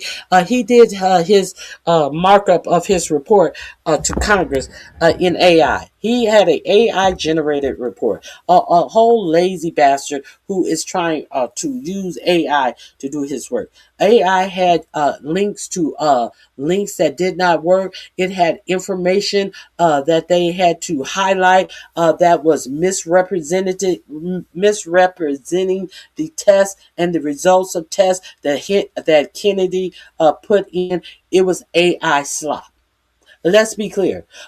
You can get you can ask AI a question, and AI will give you an answer based upon your prompts. But AI, based upon your prompts, could be giving you the wrong answer, which means that AI is very fallible. People think that every answer that they get out of AI, oh, if I got it from AI know what it's talking about. A lot of this bullshit on AI is actually wrong. Now, who's saying that? RonyiQ is not the only one saying that. Steve Altman and all of these people who were about to introduce all of these different programs in AI, and then they had to stop, and then they had to push back the dates on when they uh, are going to push out some of this AI, all of this fabulous stuff that they told you that would be pushed out soon. You notice how a lot of this stuff has been backed up. These opening dates have grand opening, grand closing on some of these opening dates that have been projected about AI from these people who want to sell you AI, from these people who stole all of your information via Doge, who is these Doge boys who are one was bold enough to say he went to his new job and he's going to give this information to his new employer. The information about you, the private information about you and your life that you did not agree to give to anyone, that was stored in your federal government. You have an asshole who is out here blatantly telling his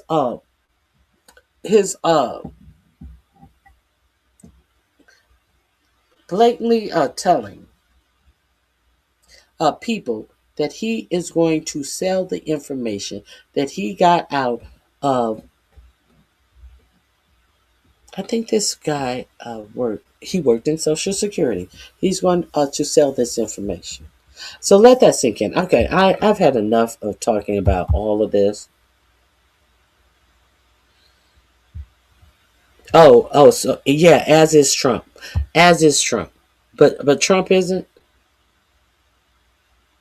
Okay, and for this disrespectful name and picture, if you would like to chat in my chat, you are going to have to change that name and that picture because this is what we don't do over here. Sorry. Hit the like button on your way out. Let's get into the actual content of what I do want to share with you today. Shall we? Hold on one second. Let's get into Pam. Are we going to get into Pam Bimbo first? I may be able to quickly tell you. I may be able to quickly tell you about.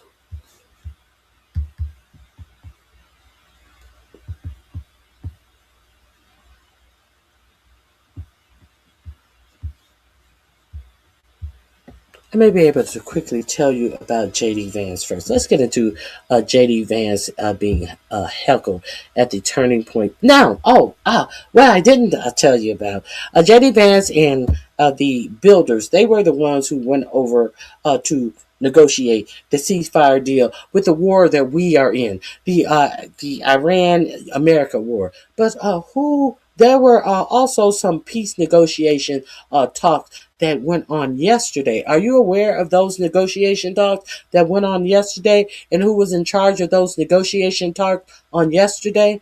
None other than your Secretary of State was involved, who flew over. Your Secretary of State flew over for negotiations. You know, the same Secretary of State that did not fly over for the negotiation when America was negotiating to cease fire with Iran. Your Secretary of State had no inkling, had no intention, was sitting shit-faced looking at a MMA fight. That Secretary of State got up off his ass to do some negotiating yesterday. From whom? About whom? About the ceasefire between Lebanon and Israel. This is who they actually sent a representative from your State Department to talk about a ceasefire. Not they didn't choose to send someone from your State Department. They sent three Larry, Curly, and Moe to negotiate for the ceasefire with America. But for with Israel, they sent the actual representative from the Department of State. What does that tell you about the seriousness or lack thereof? Hey, detach myself, good to see you. Or the lack thereof that this administration is taking this war. So if you are unaware of that, I just wanted to make you aware of that. Marco Rubio was sent out to negotiate peace between Israel and Lebanon. Let that sink in. And we had J.D. Vance, Jared Kushner, and Steve Witkoff, none of which have any diplomatic experience negotiating the ceasefire between your country and Iran. Let that sink in. That tells you who is running what where. Now let me share a couple of the videos that I wanted to talk about uh, that I captured. That let's talk about some of these videos. Hmm.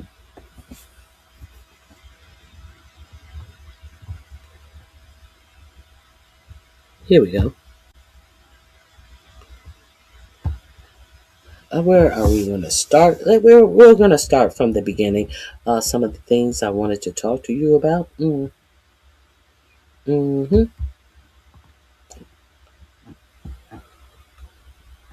Here we go. Let's start.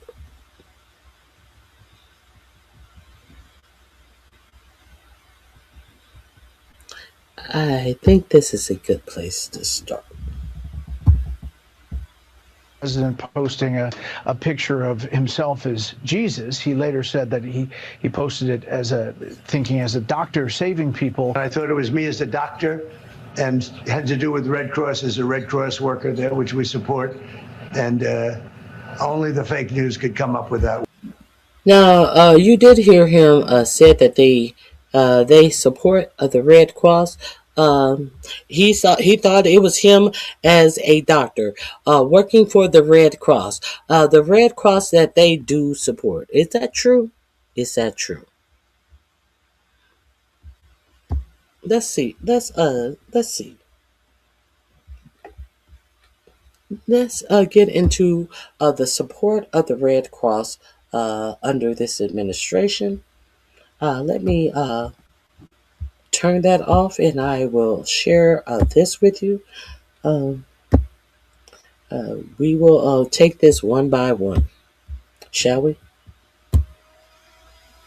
Red Cross to shed nearly 3,000 jobs. Scale back budget amid donor fatigue. Is that Sharon? Yes, that's a Sharon. Um, because uh, what is that dude name? Because we care about the Red Cross. What is that dude name from Miami, the rapper? Whatever his name, cares about the children, the one with lupus. I forget his name. Uh, ICR faces financial crisis, cuts 2,900 jobs, donor focus shift to defiance, in impacting aid budgets. IRC priorities conflict zones like Sudan, Ukraine, and Gaza. Geneva. The internal committee of the Red Cross will reduce its 2026 budget by nearly a fifth, 1.8 billion in six in francs, that would be 2.2 billion, and cut 2,900 jobs. It said in a statement on Friday, as its top donor, the United States and other pare back support. Because I care about the first aid. Not I care about the Red Cross. If you care about the Red Cross, why have you cut your donations to the Red Cross? Did y'all know he wants to sit up and say he cares about the Red Cross, and the Red Cross had to cut jobs and their budget spending because they have received less money in this administration from the Red Cross, for the Red Cross. This will be in my description box. You can go read the rest of the article. It is in the description box under Red Cross, under cuts. We're going to put it under cuts. Very simple. Okay, here we go. If you didn't know that you were listening to a bunch of garbage, you were listening to a bunch of garbage. Let's go back to the video of lies. Um, Now, there's no reason to even talk about the silliness of him showing up in this Jesus picture. I talked about that on Monday as it was happening. He got quite a bit of backlash behind that. I don't smoke pot, sweetheart. I don't smoke pot. You can't even talk. I smoke no pot. I don't do drugs. Maybe you do drugs. Okay, let's continue.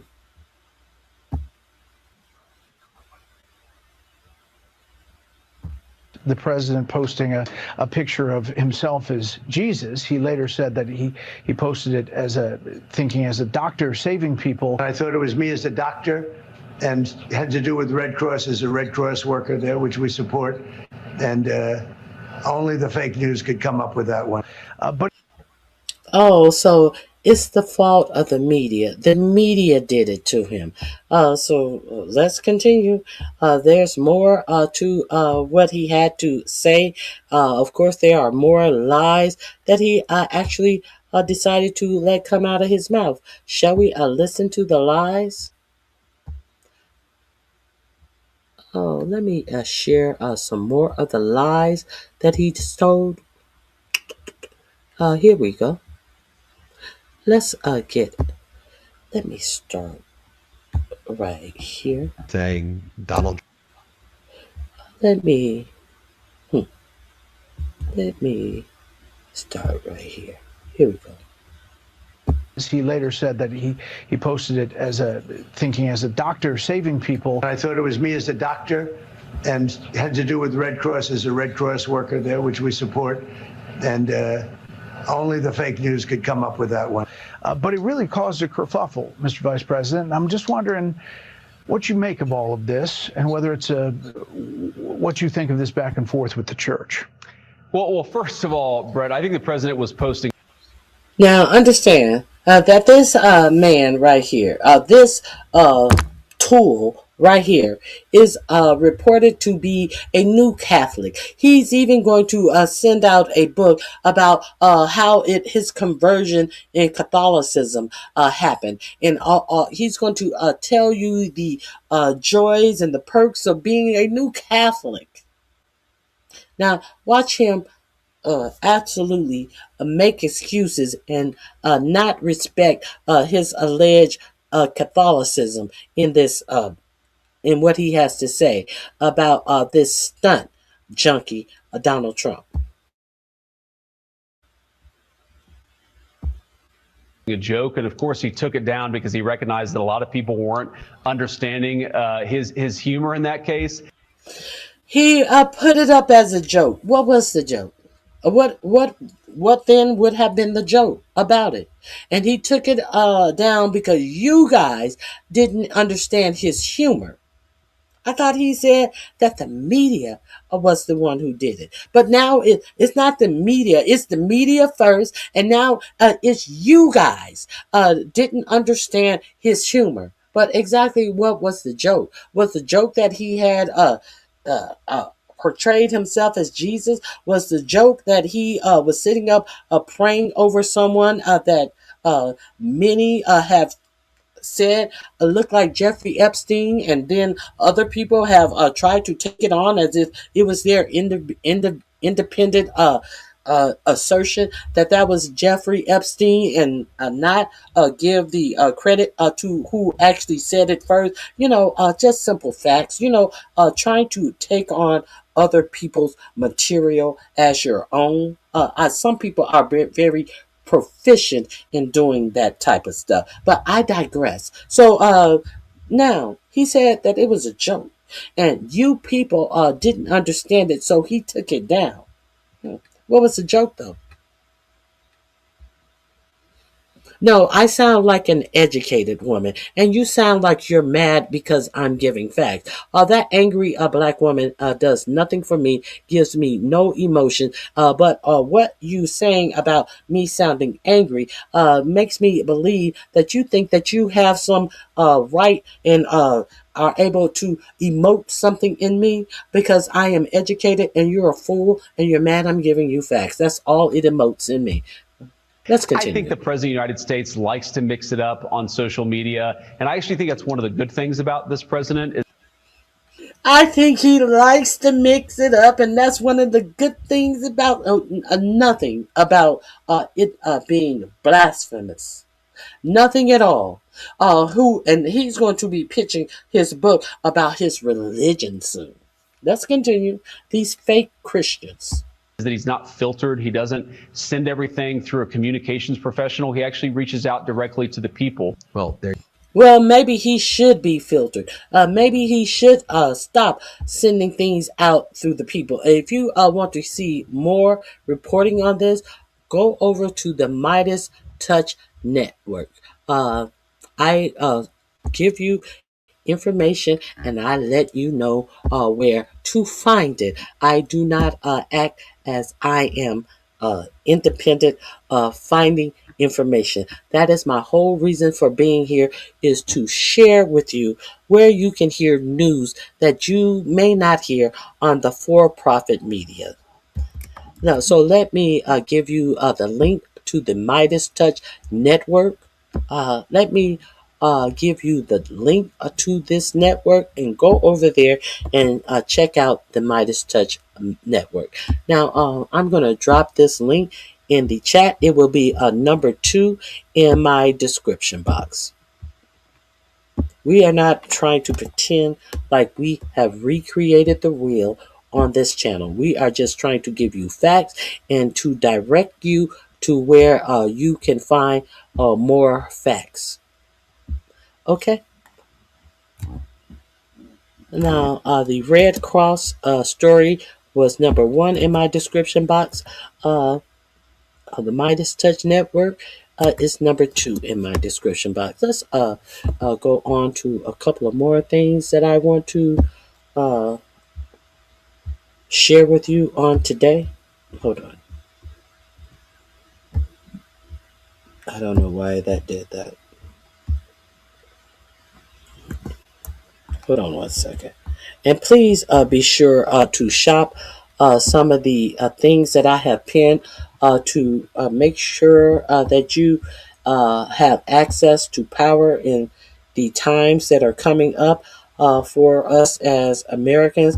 I don't want you to find yourself in a hard place because our country is not forewarning us the same way other countries are forewarning their citizens about the hard time that is ahead of us. I want you to really understand that your government is not giving you information that is going to keep you safe. I want you to understand that now is the time for you to prepare for this thing that they are calling the New World Order.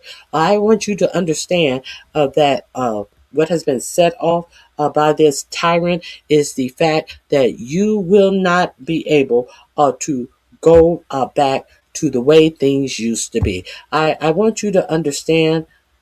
Over half of my income.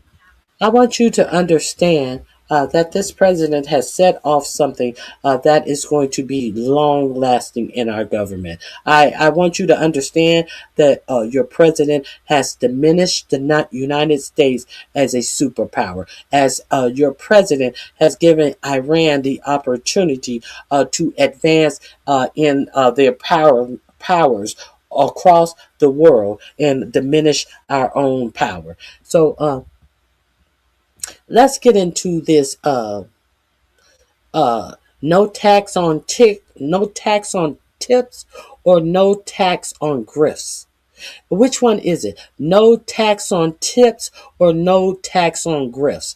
Because this bitch right here is a straight up grifter.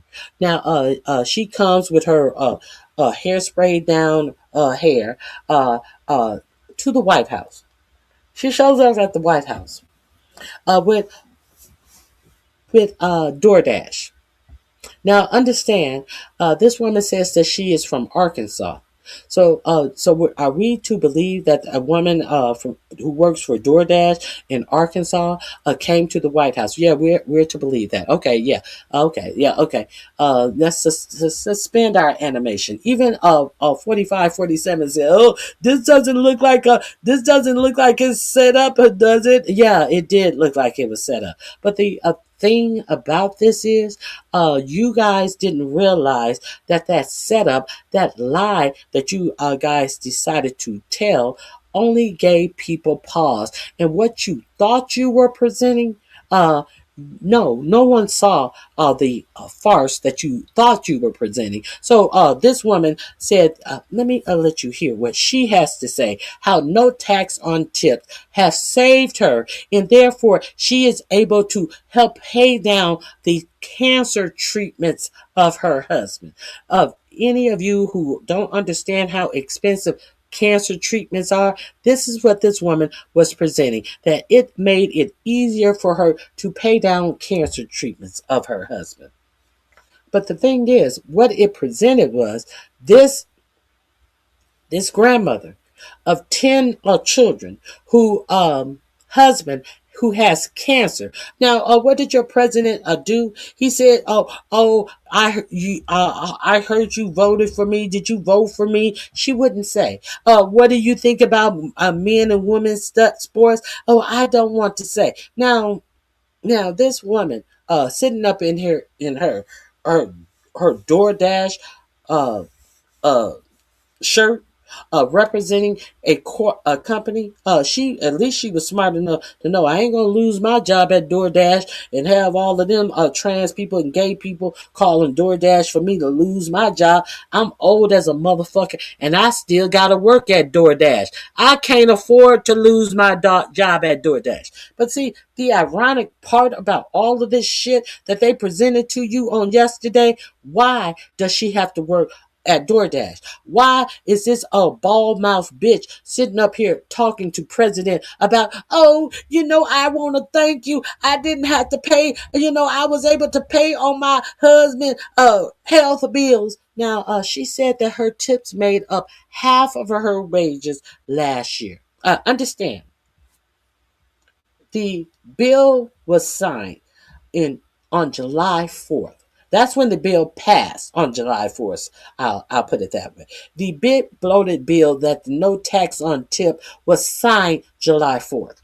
Okay, so when was the next opportunity for this woman to file taxes and understand how much she had saved in taxes? It would be sometime in January.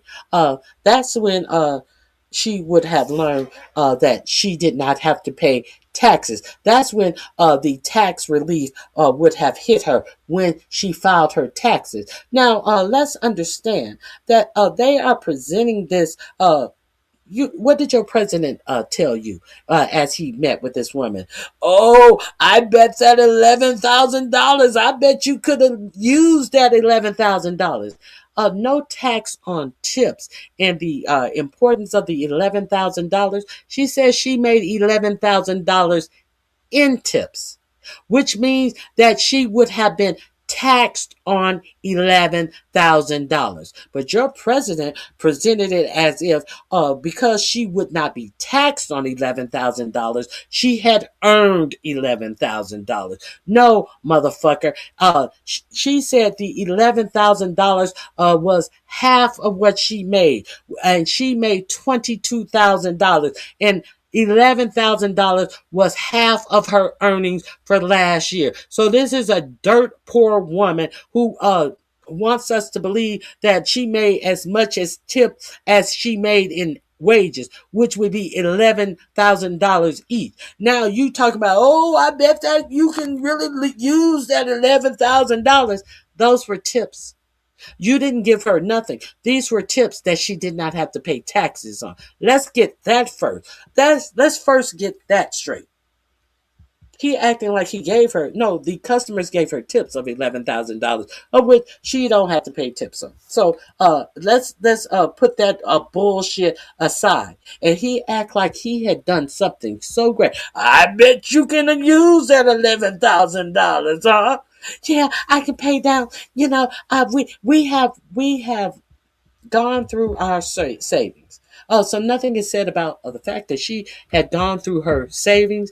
Nothing was said about the fact that she had to go through her savings. Nothing was said about the fact that she had to go through her savings to pay medical bills. See, that's what they presented to you. This same administration that is kicking poor people off of Medicaid, but nobody noticed the what they actually were presenting to you.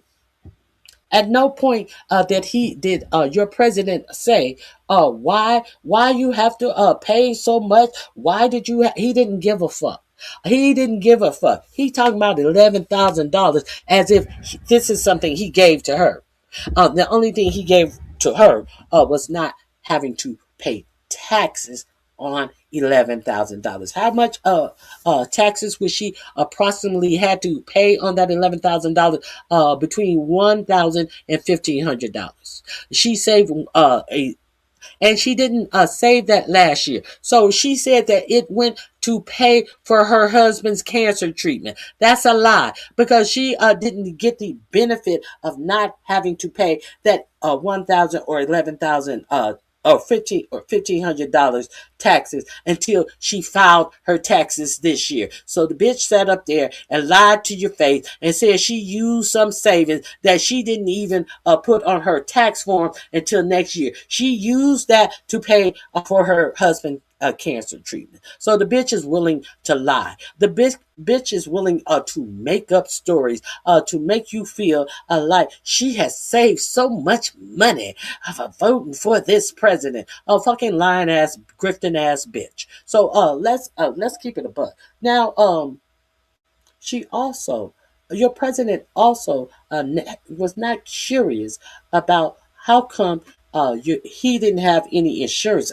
Usually people who hear that they had to pay so much out of pocket, what do people usually say? Well, you can't get on Medicaid to help you pay for some of that. Your insurance wouldn't cover that. Usually, people are curious as why a person who's living in Arkansas, no less, is having to pay medical bills to an oncologist for cancer treatment out of their pocket. Usually there's some curiosity because people want to direct you to a place where you may be able, if you don't have insurance, maybe you can get on Medicare, Medicaid. No, not this uncurious president, because he know that he's throwing people off of Medicare and Medicaid. He know he's throwing people off. He don't give a fuck about why you got to pay out of pocket. He understands that the number of people under what she didn't want to talk about that happened under this big beautiful bill, while she talking about saving $1,000 that she don't have to pay on the $11,000 tips that she got. What that bitch didn't want to talk about is the number of people who are being thrown off of their Medicaid and will have to pay for any treatments, medication that they get out of pocket, like her silly ass. But she didn't want to talk about that being in the big beautiful bill. And she tells us that she has drained her life savings to pay medical bills because she's a stupid bitch. And she thinks you're stupid. And your stupid president think that you're stupid as well. And you're going to buy this bullshit. This is what these people sat up there and presented to you. And now let's listen to this bitch, him and Haw, about the lie that they presented to you. From last year. I mean, so that's a life changer. Yes, it is. It is. And when, like I said, when you're dealing with someone that has gone through cancer and, when you're dealing with someone who's gone through, what does it mean when you say gone through? If I gone through it, I'm no longer in it. So we understand that her husband is no longer dealing with cancer. That your president decided to disclose that her husband had cancer because that little freak show that he did outside of the Oval Office was going so badly that he decided to give personal details about her husband. He's going through. He has gone through. He is no longer going through. That's what we hear her say right here. But that ain't what your president. Your president lied to you. You love them. You don't want to lose them, so you do everything that you can. And, you go through your life savings, but this no tax on tips and the help from DoorDash is life changing. You go through your savings. There's no tax on tip. The help from DoorDash. What help did DoorDash give her?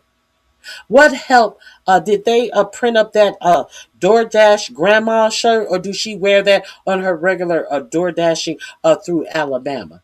Did they give you that little hairspray hairstyle? What help did DoorDash give you? Well, they just gave you a job to be a grandmother. Let's understand what we're being presented with here with.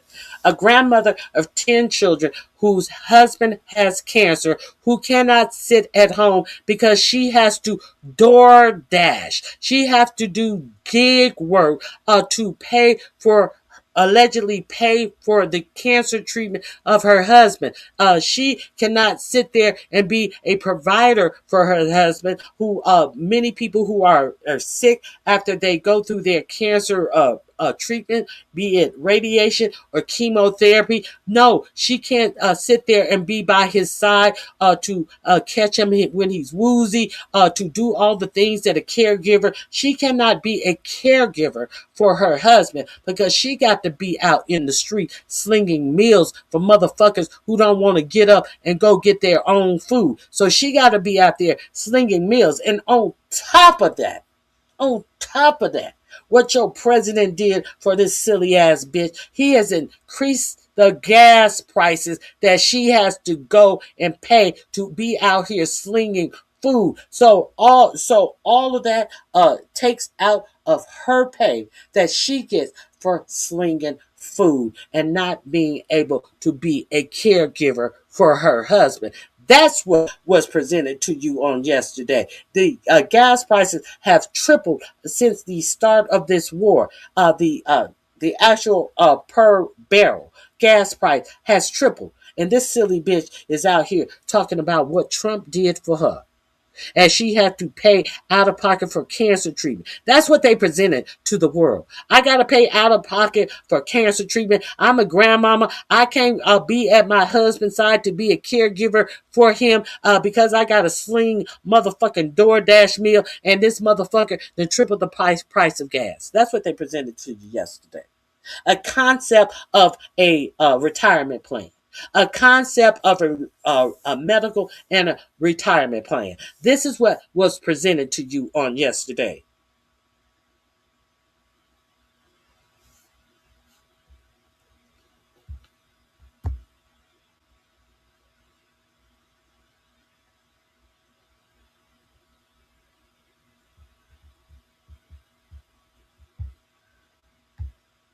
Jolyn is stupid. Jolyn, you may want to rewind this. I ain't got time to explain what I've already explained. Oh, and you guys may not have caught this little catchy little thing that maybe this is what DoorDash did for this old silly bitty. Let's get into this. This is what they showed you.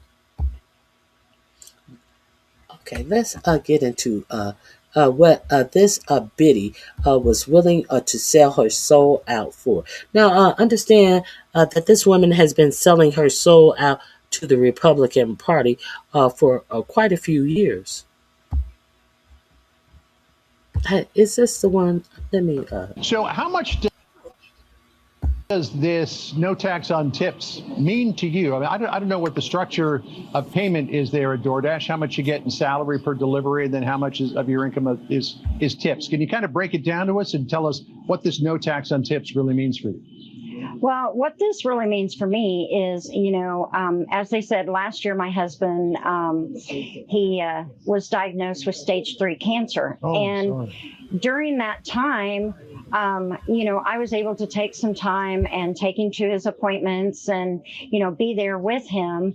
But as you know, going through treatment, even with insurance, you kind of break the bank. And, we pretty much went through our savings. And so when I found out about the no tax on tips, I was like, this is incredible because this, it's not going to replace my life savings, but it's going to help certainly with future doctor's appointments and future things that, we have going on. Sure. How much go ahead. Sorry. It means a lot. Okay. And then we learned that they shipped her around.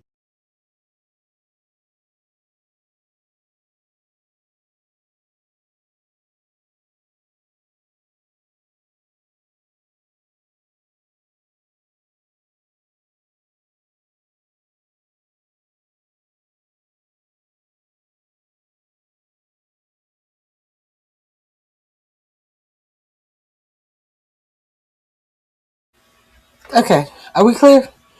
Are we clear that she said absolutely no morning? Very Gary, did I say hey this morning? If I not, I didn't. Hello to everyone who came in. To everyone that came in, please hit the like button.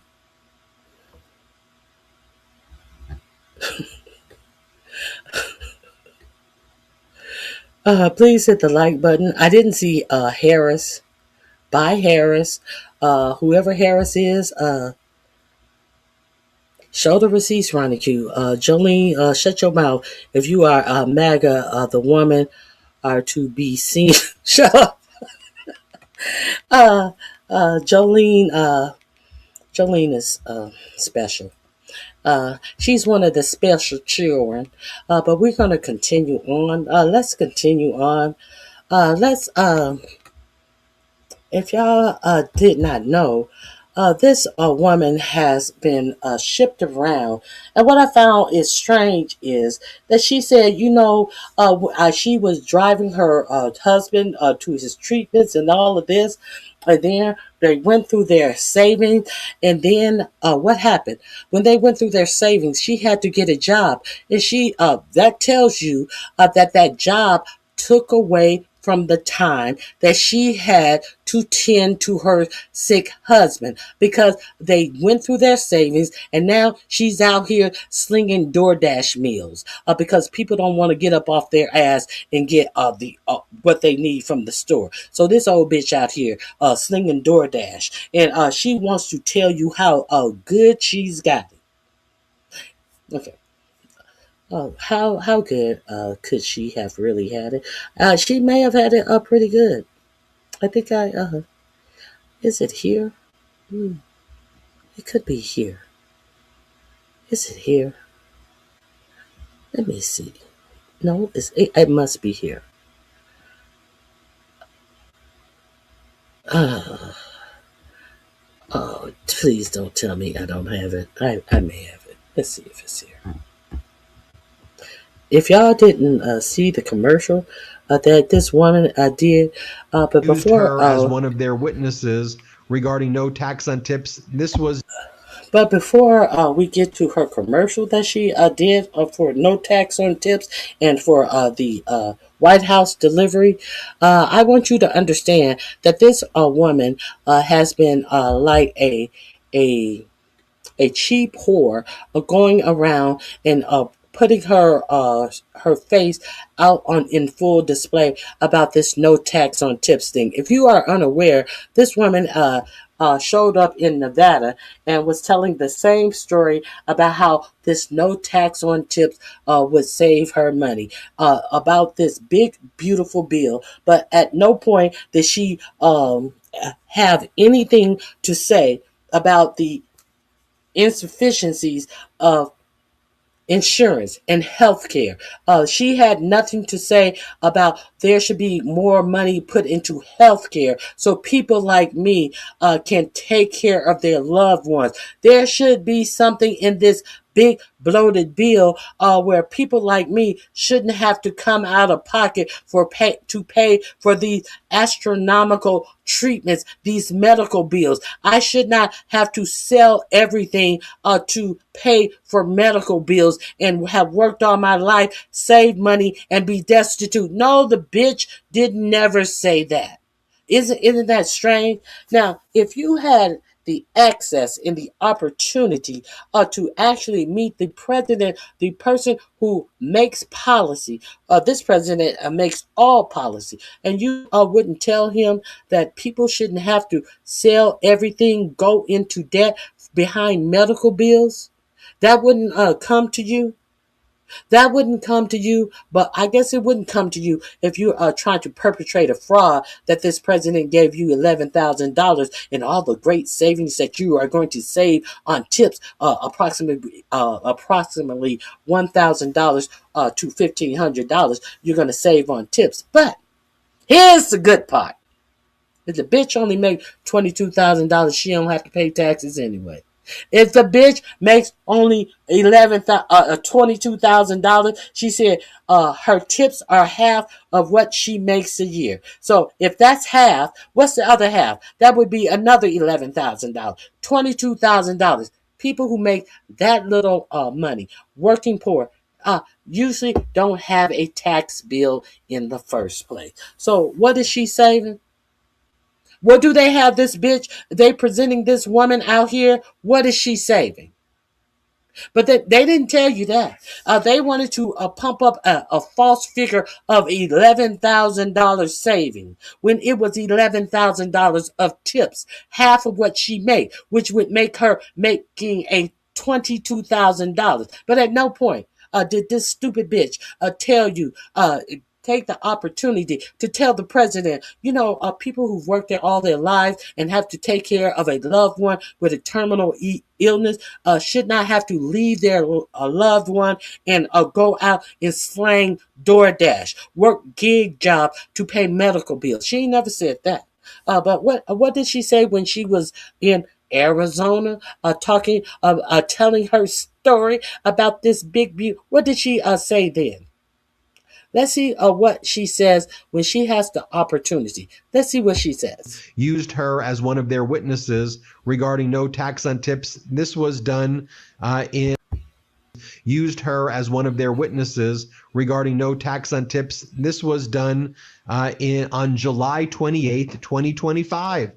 Play this clip. Simmons, thank you for appearing today. You gave heartfelt testimony. If you can, and you don't know what you don't know, but from your perspective, what do you think this bill is ultimately going to mean for you and the savings that you're going to have? Well, again, I believe that it's going to free up some stuff for me.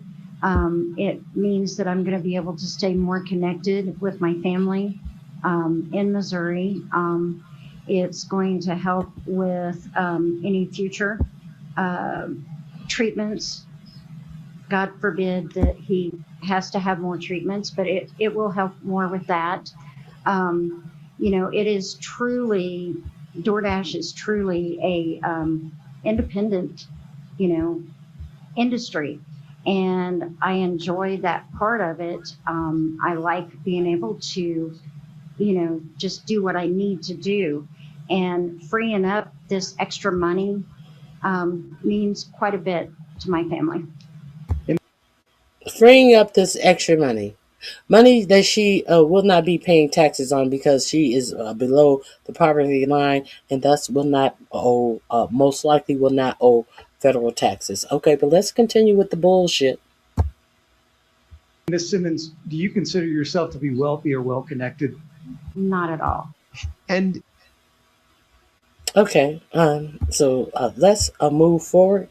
I think I am making the points that I want you to observe as people are buying into the bullshit that this president is sitting a grandmother out in front of you and telling you how good she is doing. This is what your president is doing, as he has made sure that anyone who is doing jobs like this grandma have to pay more and here's what we did. Yes, Donald Trump said. Are actually going to be making less because they are going to have to pay more in gas for these little gig jobs that they have. So let me share this with you as well. Let me share the commercial with you. We must go to the commercial break. That they want you to believe this is whole. Now they talk about propaganda. People want to talk about propaganda. Let's talk about the propaganda that they were willing to make a little mini commercial about this dumb shit. I think amount of money to save your husband's life or I think it could be right here. Let me, I think it's somewhere. Here we go. Let's get into how much they were willing to use this fool.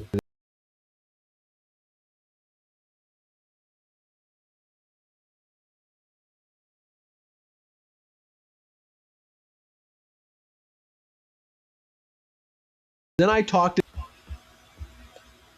So y'all didn't see the DoorDash granny commercial? Saving that amount of money to. Huh? Y'all didn't see the DoorDash granny commercial that they actually had the audacity to put out?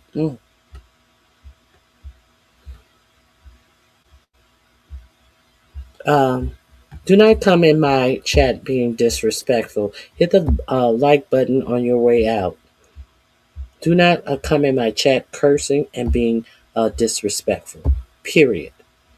If you don't understand who I'm talking about, sit quiet until you find out who I'm talking about. Or you can take the other option that since no one has you locked and chained in this chat, you can leave. But do not be disrespectful in my chat. Please go over to my description box. You will be able to find the Midas Touch. It is in my description box. I hope you go over there and visit the Midas Touch because they have a lot of good information. So let's move forward. There are a couple of more things that I will present with you that I wanted to talk about today.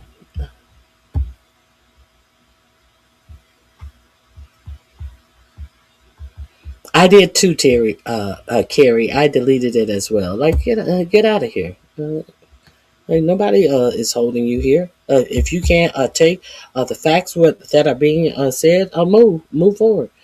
Now, there is one more video I wanted to share. That's what we did. Yes, Donald Trump said that we were going to do this blockade of all of. Now, this is about the blockade. If you are unaware that most of the few people who are still high ranking in the military said, we are absolutely not going to do a total blockade. We are going to let the Iranian, whoever the Iranians let through, and that has actually meant that some actual sanctioned ships from China go through. Now, understand that what the people would experience, unlike Keg Breath, who's over the Department of Defense, don't understand, what your president doesn't understand, what your vice president doesn't understand, if that we blockade, if a ship goes to Iran and leave their port to leave the Strait of Hormuz, if the United States military tried to blockade that ship that has been released to go through the Straits of Hormuz, we are going to start big trouble for the USA with China. Now, we understand that the USA think that they can go around and do whatever, like they are colonizers of the world, like this is America of the old and of England of the old, where we can go around and colonize other sovereign nations.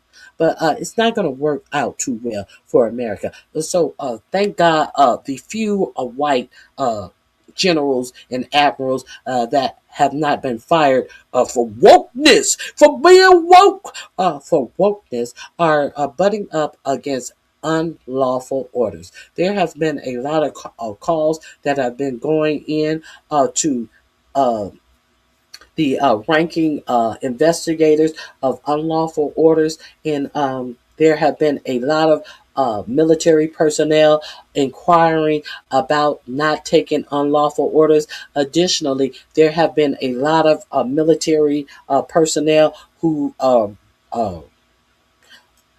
have refused to re-sign into the military, whose terms have ended during all of this chaos and confusion, and they have stepped away from rejoining the military. There are also people in the military. It is being reported that are just not taking in fulfilling any contracts. Some people like to run their mouth about they work for a contract and they do what Jasmine Guy in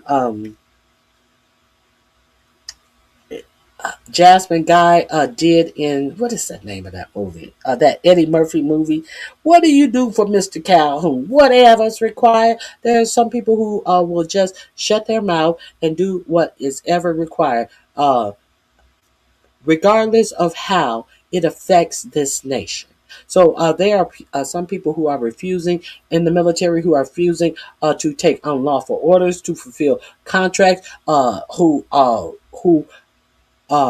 will not blockade totally the Hormuz Straits, while your president is saying at one time he's telling you that no ships have gone through the Hormuz Strait. We have totally blocked off the Hormuz Strait. And then, okay, your president is 34 ships went through the Strait of Hormuz yesterday, which is by far the highest number since this foolish closure began. President Donald J. Trump. But this is the same President Donald J. Trump who said that he was not going to let his whole point of putting our warships there was to not even let the ships that Iran approved and their friends. If they're the friends of Iran, they're not going through. Now he tells you 34 ships. So what that means that your president is telling you, he's going to do a total blockade, and at the same time telling you 34 ships with. So what is he telling you? He's telling you,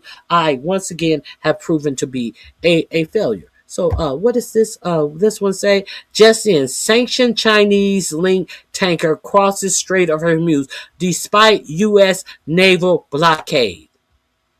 This is they told you that there were going to be a total U.S. Navy blockade over the Strait of Hormuz, and then a sanctioned Chinese tanker has gone through. And then your stupid president comes and tells you 34 ships have, and now they're talking about between 4 and 7 ships have gone through, but these are all the ships that Iran said that could go through. What is this one? Blocking Hormuz, which is not blocked to help the global economy. Another art of the deal masterstroke. The worst gamblers don't know when to leave a losing table. That is from someone, a Iranian. I think it's an Iranian news guy. He says, clutching at straws, blocking Hormuz, which is not blocked to help the global economy. Now he said that Iran was hostage taking the Strait of Hormuz. And he was not going to allow them to hostage take the Strait of Hormuz. And then you have J.D. Vance, who's going to come out and tell you that Iran was acting like terrorists in the Strait of Hormuz. And so therefore, by blocking it off. So therefore, President Trump decided, well, two can play that game. Well, two can play that game of what? Being terrorists at the Strait of Hormuz. And your president said two can play that game. And we're going to do a full blockade. Now you're telling us that the blockade that Iran is doing is a terrorist blockade. But they are allowing a few ships through. But your president said, well, two can play that game. What game will we be playing? Your president is admitting that he can be a terrorist as well. Is that what he's admitting? Well, that's what J.D. Vance said. He said your president said two can play that terrorist game of blocking the Strait of Hormuz. Would you listen to the babble that comes out of this administration, the bullshit and the babble that comes out of this administration constantly? Let's get into it. The Midas Touch is number 2 in my description box. Go over there and check this out.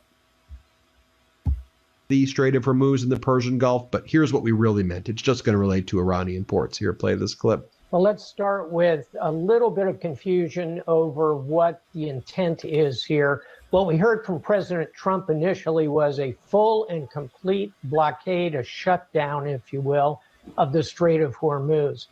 What has now developed and what we're hearing from Central Command, Admiral Brad Cooper, the commander, is more nuanced and I think the right answer, which is to blockade the Iranian ports. That's an important distinction. So let's assume it's the latter. How do you do that? You need 1 or 2 aircraft carriers in the region to put up air cover. You need a dozen surface combatants, Kate, so cruisers, frigates, destroyers, to actually station themselves off the Iranian ports. You need a couple of dozen small, fast patrol craft. The Emirates and the Saudis have these kind of craft, corvettes, patrol boats. And then you're going to need land-based air to maintain air superiority. So this will be a huge and resource-intensive effort. And the thing is that you understand that all the effort that is needed. Now, he told you straight up that the military is doing what they want to do. They're not doing this full blockade like 45, 47 said that there was going to be a full blockade. There's a partial blockade. And they were going to blockade ships that were coming in from the Strait of they were going to blockade ships that were coming directly from Iran. Here are the American ships and their alleged blockade of the Strait. But what we do understand, they're not blocking ships that are coming from Iran. Who is this from the? Who is this post from? This post is from the BRICS: British, Russia, India, China, and South Africa. That's who the BRICS are. That's who is about to fuck up this whole world order. We understand that OPEC has one price for oil. OPEC sets the price for oil, while 45, 47 is talking about how many barrels that we have, and but what your president is not telling you is how long any of this oil is going to last. Your president is not telling you because we have so many barrels of reserve oil that it's going to lower the price, because it's not going to lower the price, because the price of oil is always set by OPEC. And so if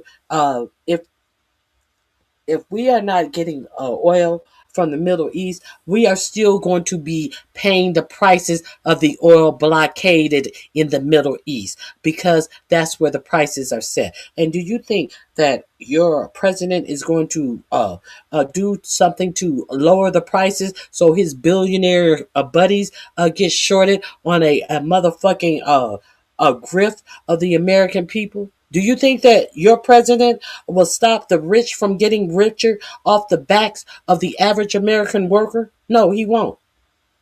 He will do nothing. We saw him bring in people from different banks after he announced that he was suspending those tariffs that had the stock market crashing. And we saw him bring these bankers into the White House and tell you how much money. Well, he told them, patting them on the back, I heard you made $2 billion. I heard you made $197 million.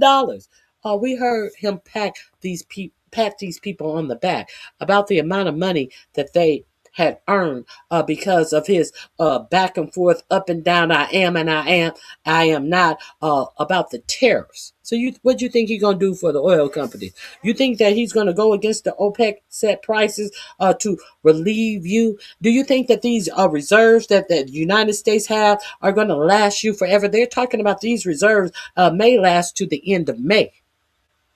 These reserves. Now, all of a sudden, 45, 47, who was, I guess, reality is setting in. So tomorrow, it is being reported that there will be more talks with Iran. Now, they were initially going to try to set up the talks. I can't remember. Someone else. But it appears that they will be going back to Istanbul, Pakistan, to resume the ceasefire talks. And I'm not sure as of right now who they are sending to do these ceasefire talks. We understand that he sent an inadequate representation, a bunch of dummies, a bunch of self-serving, self-dealing people to do these peace talks. We also understand that while he's saying that Iran were being terrorists by closing off the Strait of Hormuz, he has said out loud on television, he said that maybe America and Iran will run the straits together and split the money. So if Iran is being terrorist, when he found out that Iran was going to charge a tariff for going through the strait to do what? For reparations of all of the stuff that was torn down in this war. So we wouldn't have to pay reparations out of actual cash dollars. So when your greedy, grubby president found out Iran, he said, oh, that's a good idea. But he wants to call them terrorists if they do it alone. But he has openly said that he would like to do that venture with them as long as he can get some of that money. And Iran said, absolutely not. And now Iran, they're terrorists for closing down the straits. But you have actually heard your president said that he wants to run the Strait of Hormuz with Iran. I may turn it into the Trump Straits. I figure people wouldn't like that. I'm going to take it over. I may run the whole thing. Oh, I may run it with them. A money grubbing, greedy fool who cares nothing about you and the effects of any of this on you. Because if you understand, these people who have to pay $1 to $2 million to get their ships out of the straits, that is going to personally impact every person who use or purchase anything that is being hauled on these ships. You're going to be personally impacted by increase in price of whatever is on these ships. If it's oil, if it's fertilizer, if it's natural liquid gas, you are going to have to pay more for it. If it's food, you're going to have to pay more for it. Is it the fertilizers that grows food? You're going to have to pay more for it forever, indefinitely. So this is what your president has done for the United States citizen, as they are bringing a bitch out on DoorDash who has to work as a grandmother who cannot support her husband through his cancer treatment. But why can't she support her husband through cancer treatment? Because she had to sell off everything, even with insurance. It can be expensive. Okay, let me tell you something else that went by unnoticed about this poor DoorDash grandma who had to work. Let's see how else she was impacted by this administration that she was popping her pussy for on yesterday, talking about DoorDash. Since we want to talk about this poor stupid bitch, well, let's talk about what else they did not share with you. Okay, let's talk about this. Let me share PolitiFacts. What? Facts. Let's talk about this. Let's talk about this, shall we? Let me scroll down. No tax credit for caregivers in Trump's mega bill. No tax credits for whom? Caregivers. You, as a caregiver of your stage 3 cancer-ridden husband, who have to take him for his cancer treatments. What did Trump do for you? You ain't talking about this? What Trump did for you? Let me put this in the description box as well.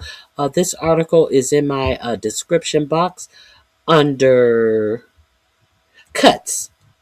Under cuts. We talked about we're talking about cuts. What did tax cuts and no tax on tips and all of this? Let me.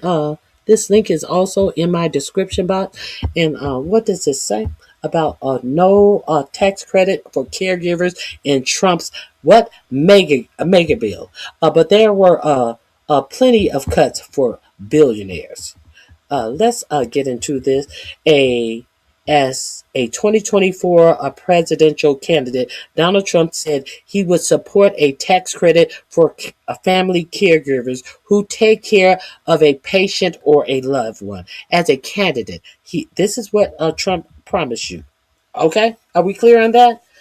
While we talking about what was avoided, what was presented in your face that they tried to present as something else, and some of you stupid people bought what was presented to you, that a bitch who lives in Arkansas was doing DoorDash in Washington, D.C., and you dumb motherfuckers bought this shit as a heartwarming tale of someone who got approximately $11,000 for the no tax on tips, you stupid motherfuckers. Let's see what this says. As a 2024 presidential candidate, Donald Trump said he would support a tax credit for family caregivers who take care of a patient or a loved one. Trump's pledge was directed at an estimated 48 million caregivers in the U.S., the AARP, an organization representing older Americans, estimated. Was this a young buck that was standing out there doing DoorDash, or was this what appeared to be a AARP a participant? I'm just asking, okay? The AARP, an organization that representing older Americans, estimates that family caregiver provide about $600 billion in unpaid labor annually. Now, are they getting paid? That's why they call it unpaid labor. The family members are providing this care for their loved ones because they are not getting paid for about $600 billion in unpaid labor annually, and that 61% also work either part-time or full-time. In addition to doing this caregiving for free, Trump's plan was seen as a counteroffer to a proposal by his opponent, then Vice President Kamala Harris, which was to have Medicare cover in-home health care costs. Who? Medicare. You know that Medicare that your Trump administration is throwing poor people off of? Now, y'all made this choice. This is the choice you made. This bitch out here lying and slinging a DoorDash meal to get by. But this is the choice y'all made. Y'all act like y'all ain't see it for the black woman. She wasn't black, she's Indian. Y'all didn't see it for the woman, period. Black, Indian, or whatever. Y'all didn't see it for the minority woman, the highly educated minority woman. Y'all didn't see it for her, but y'all saw it for a 42-time convicted felon. What does that say about you? That says you're stupid.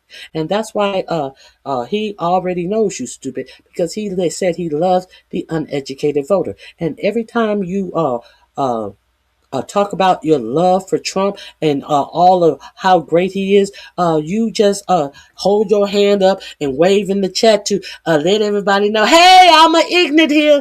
You got an ignorant in your chat. Hey, I'm one of them dumb ignorants that he loved. That's all you do. That's all you do.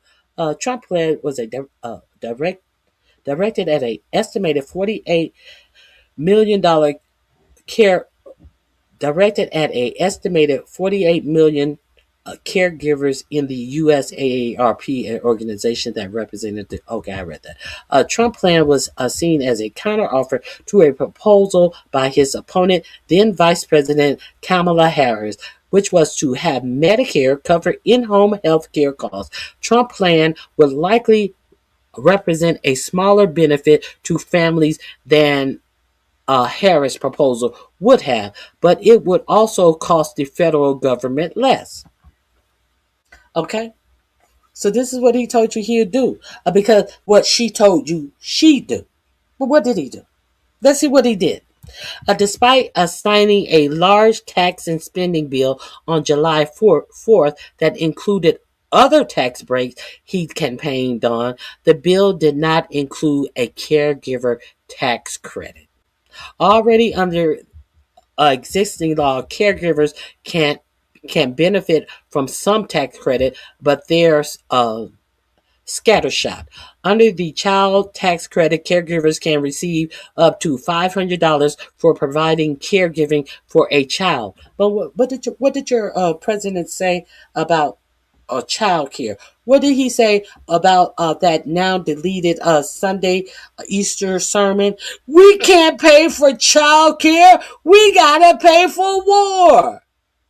We can't pay for things like Medicaid, Medicare. We got a war budget to pay for. The states have to pay for that. On that now deleted Easter uh, sermon where Paula White was telling you to touch and agree, raise your hand this way. Dear Heavenly Father, and did a 15-minute prayer behind that serpent. That's what he told you. Under the child tax credit, caregivers can receive up to $500 for providing caregiving for a child under 17 or a dependent adult. In addition, the child and the dependent care credits enables caregivers to deduct up to 20% of the first $3,000 in expenses related to hiring professional care for a dependent. Legislative efforts are underway in both chambers of Congress to enact specific caregiver tax credit called the Credit for Caring Act. The legislation would provide tax credits for up to $5,000 for eligible working caregivers by covering 30% of qualified expenses beyond $2,000. Both chambers bill had substantial bipartisan support, and the influential AARP backing. Still, neither has advanced through legislative process. The House version has 51 co-sponsored, and the Senate version has 7. The Senate bill's lead sponsor are Shelley Moore Caputo of West Virginia, and Michael Bennet, Democrat of Colorado. The House bill leads sponsors are Representative Mike Carney, Republican of Ohio, and Linda Sanchez, Democrat of California. Despite frequently championing other campaign promises like ending taxation of tips, overtime pay, and Social Security benefit as part of his push to enact his signature tax legislation, Trump has not weighed in on the pending caregiver credit bills. According to the fact-based archive of presidential speeches and remarks, the last time Trump referenced a caregiver credit was at a 2024 campaign rally in Gastonia, North Carolina, several days before he won the election. Are we clear? Mm-hmm. Are we clear? Are we clear? Some people always vote against their own interests. That's all I'm saying.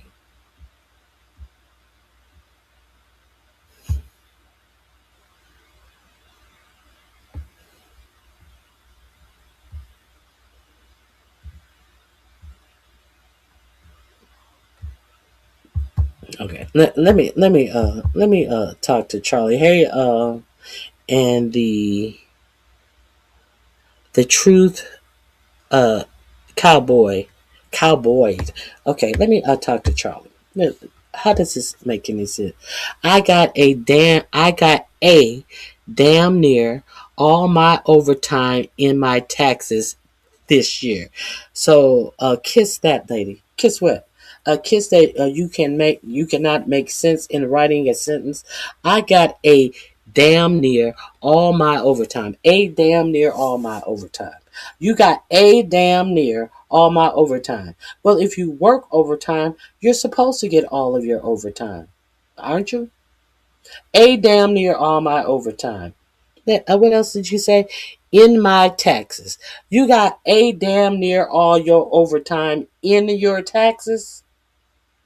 That makes absolutely no sense. But keep on talking. Keep waving your hand. These ignorants.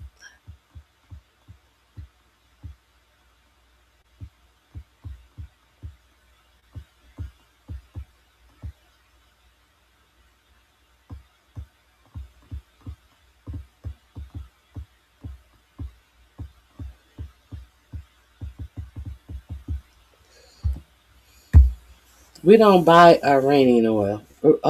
Thank you for telling us. Thank you. We needed you to tell us that.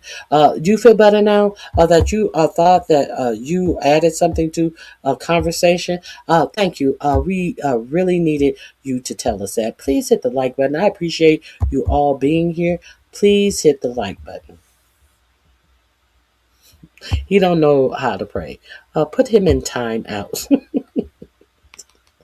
You notice they are saying nothing about that story? You notice how they talk about everything except the facts of the stories that you are talking about? You do you always notice how they try to talk about everything else? Well, what about whataboutism? You notice they always are talking about the whataboutisms. Let's move on. There is something more. I want to talk about the Pam Bimbo situation of it all. About this cover up and Bondi not showing up. Play this clip. Now, we do know that Pam Bimbo had a subpoena to show up in front of the oversight committee. You know, the same oversight committee that she refused to answer questions for. They subpoenaed her to show up and answer questions on yesterday. And what did Pam Bimbo do to try to subvert her subpoena? What she did was she actually gave a 24-hour notice to Congress to meet her in some meeting room, and then she offered that I would answer all questions that you will have of me. Well, they get this notice that she's going to be in this meeting room to answer questions in less than 24 hours. No, they got no advance heads up. If some of them had other plans, would be out of town, they wouldn't have been able to be there. But they got the notice. They showed up, and they found out that Pam Bimbo wanted to pretend as if this sit down was sufficient to address the subpoena that they have given her to answer questions under oath.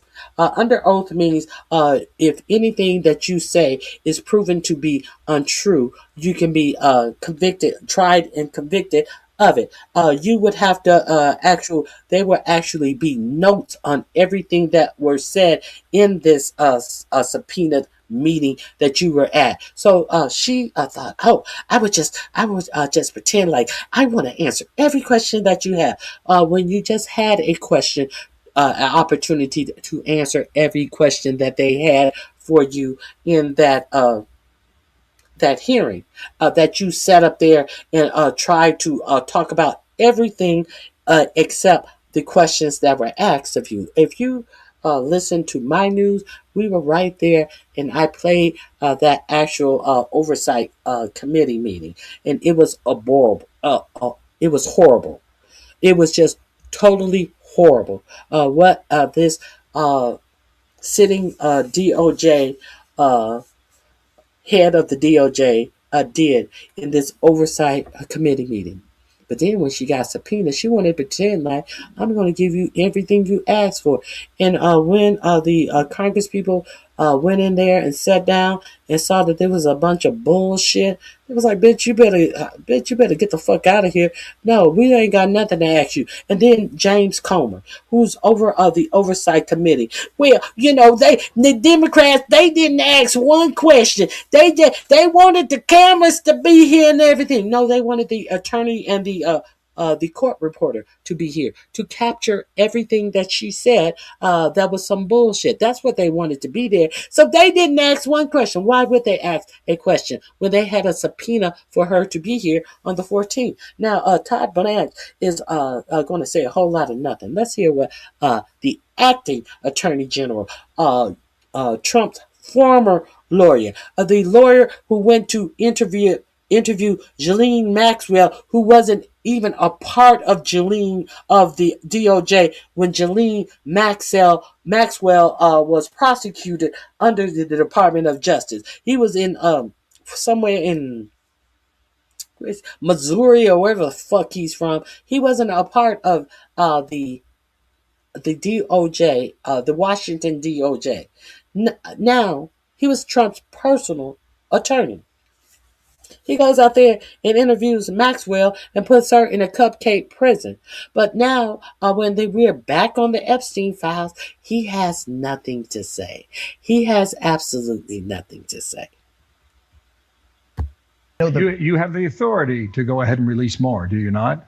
And you have the authority to go to Congress, perhaps? No, we have released everything. So now, we are clear that over 3 million pages of the Epstein files have not been released. We are we are fully aware that of the stuff that has been released. A lot of this has been illegally redacted. We understand that Todd Blanche is now trying to pretend like whatever they have not released, it's not in violation because it has nothing to do with the law. The Epstein released the Epstein file law that was signed by your president. That was put in to action by Tom Massey, a Republican, and Ro Khanna, a Democrat. That was that he had Lauren Boebert,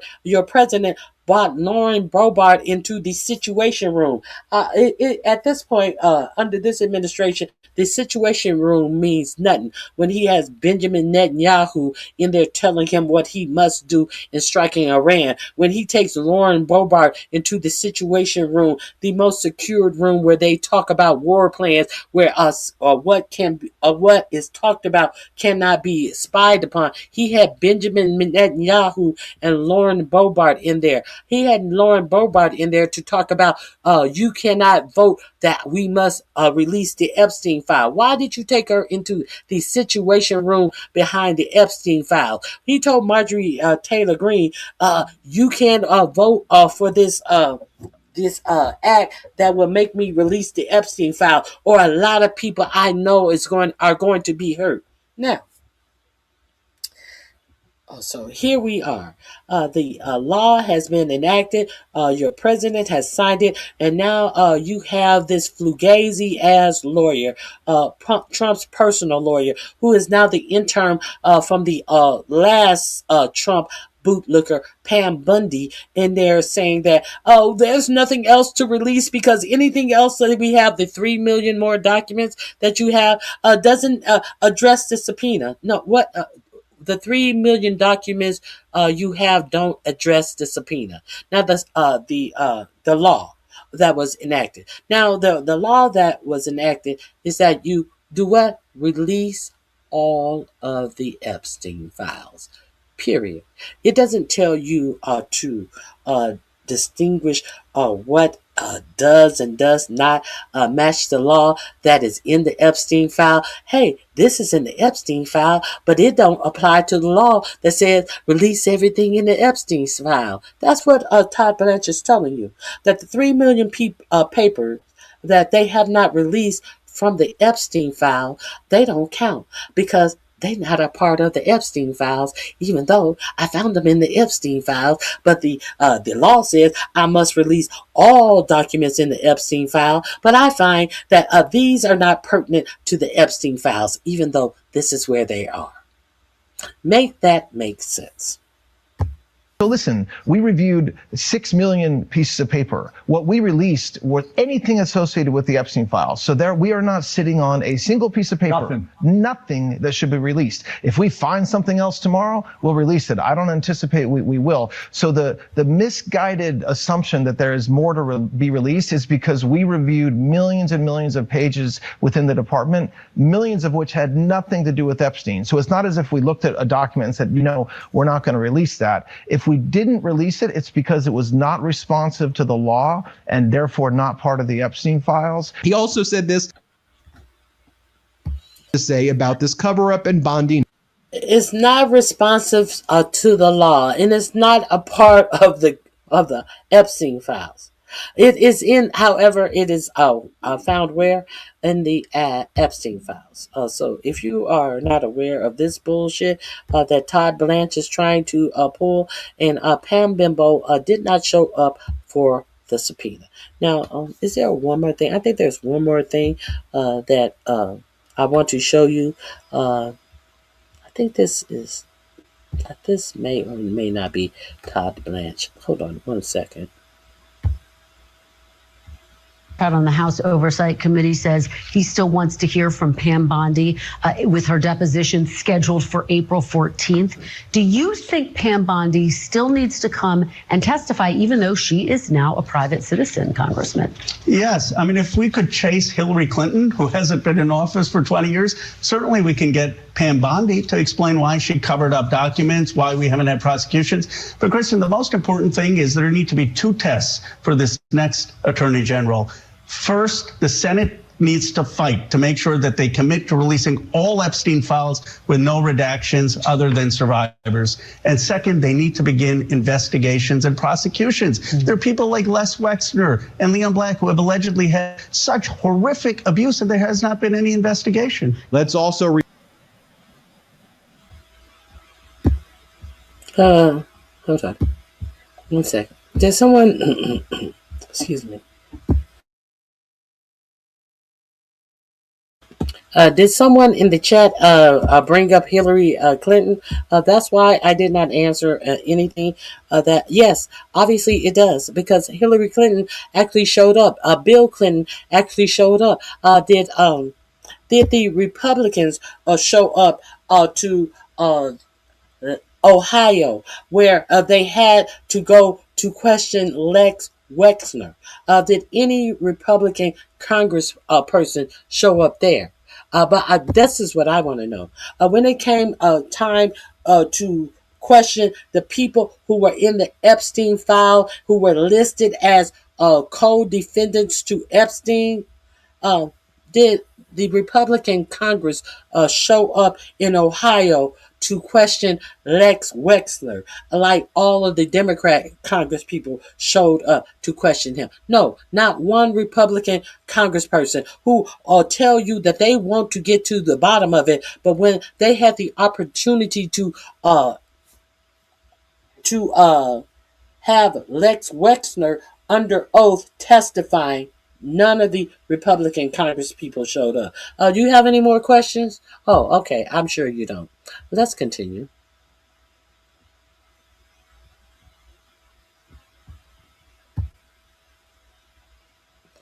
A good question. Okay, now let me remind you, if you are unfamiliar, let me remind you why Pam Bondi was even put a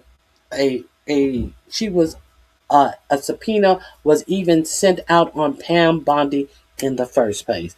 If you are unaware of what caused it to get to this point yesterday, and it should tell you a lot, that she refused to show up for the subpoena. Now, they tried the little lie. Well, it was for the subpoena was for the DOJ. Pam Bondi, she's been fired. She's no longer a part of the DOJ. Well, actually, the subpoena was not, in fact, for the DOJ. The subpoena was for Pam Bondi. It was for her. Hold on. By name, specifically by name. So she's no longer over the DOJ means absolutely nothing. Let me remind you why we are where we are in this Pam Bimbo fiasco. If you are unaware, where are we now? Come today, and very disappointing that Pam Bondi didn't come today, and we're going to be working to make sure in a bipartisan way that her deposition gets rescheduled, or she will be held in contempt, and we have the votes to do that. What an honor to be here at the National Press Club. I mean, as I was coming in, I was telling the president and John Nichols, there's a picture of Nelson Mandela.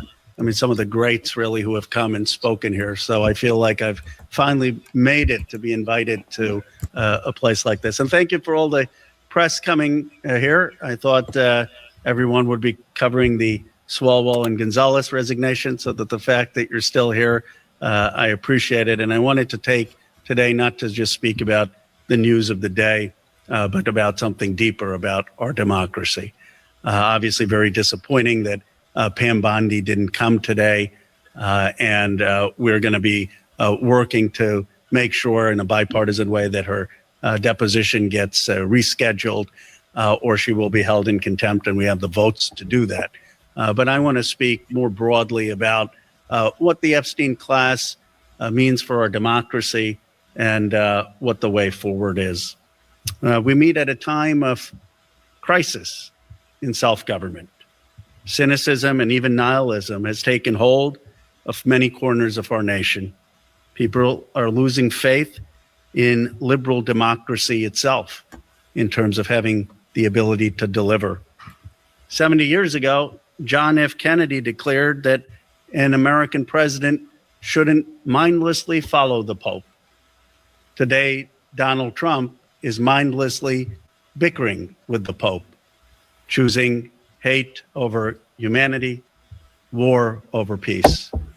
How far have we fallen? Meanwhile, the American dream is out of reach for most of our citizens. 70% say they no longer believe in the American dream. Powerful economic forces of globalization and automation seem beyond their control, shaped hedonism, venality, rootless, or Vanderbilt, Morgan, and Carnegie. We are in a new Gilded Age. Economists like Ann Case and Agnes Deaton showed how economic despair was spreading in white working class communities. We still did not act. Well, now the concern has hit the professional class. I was just up at Brown University, and I asked how many of the folks there are concerned.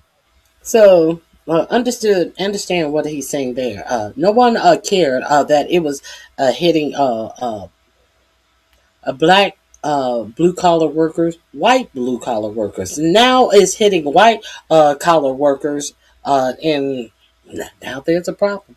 Now people are noticing what's going on. Okay. This link is in my description box. I just wanted to let you understand what is at stake here and what are the consequences. So let's get to why we are here. They are talking about holding Pam Bimbo in contempt if she does not reschedule this meeting. How did we get here? Let's see how we got here. To be clear on how we got here. Where is the Bimbo? Where are the Bimbo files? I know I have the Bimbo files. Oh yes, here are the Bimbo files.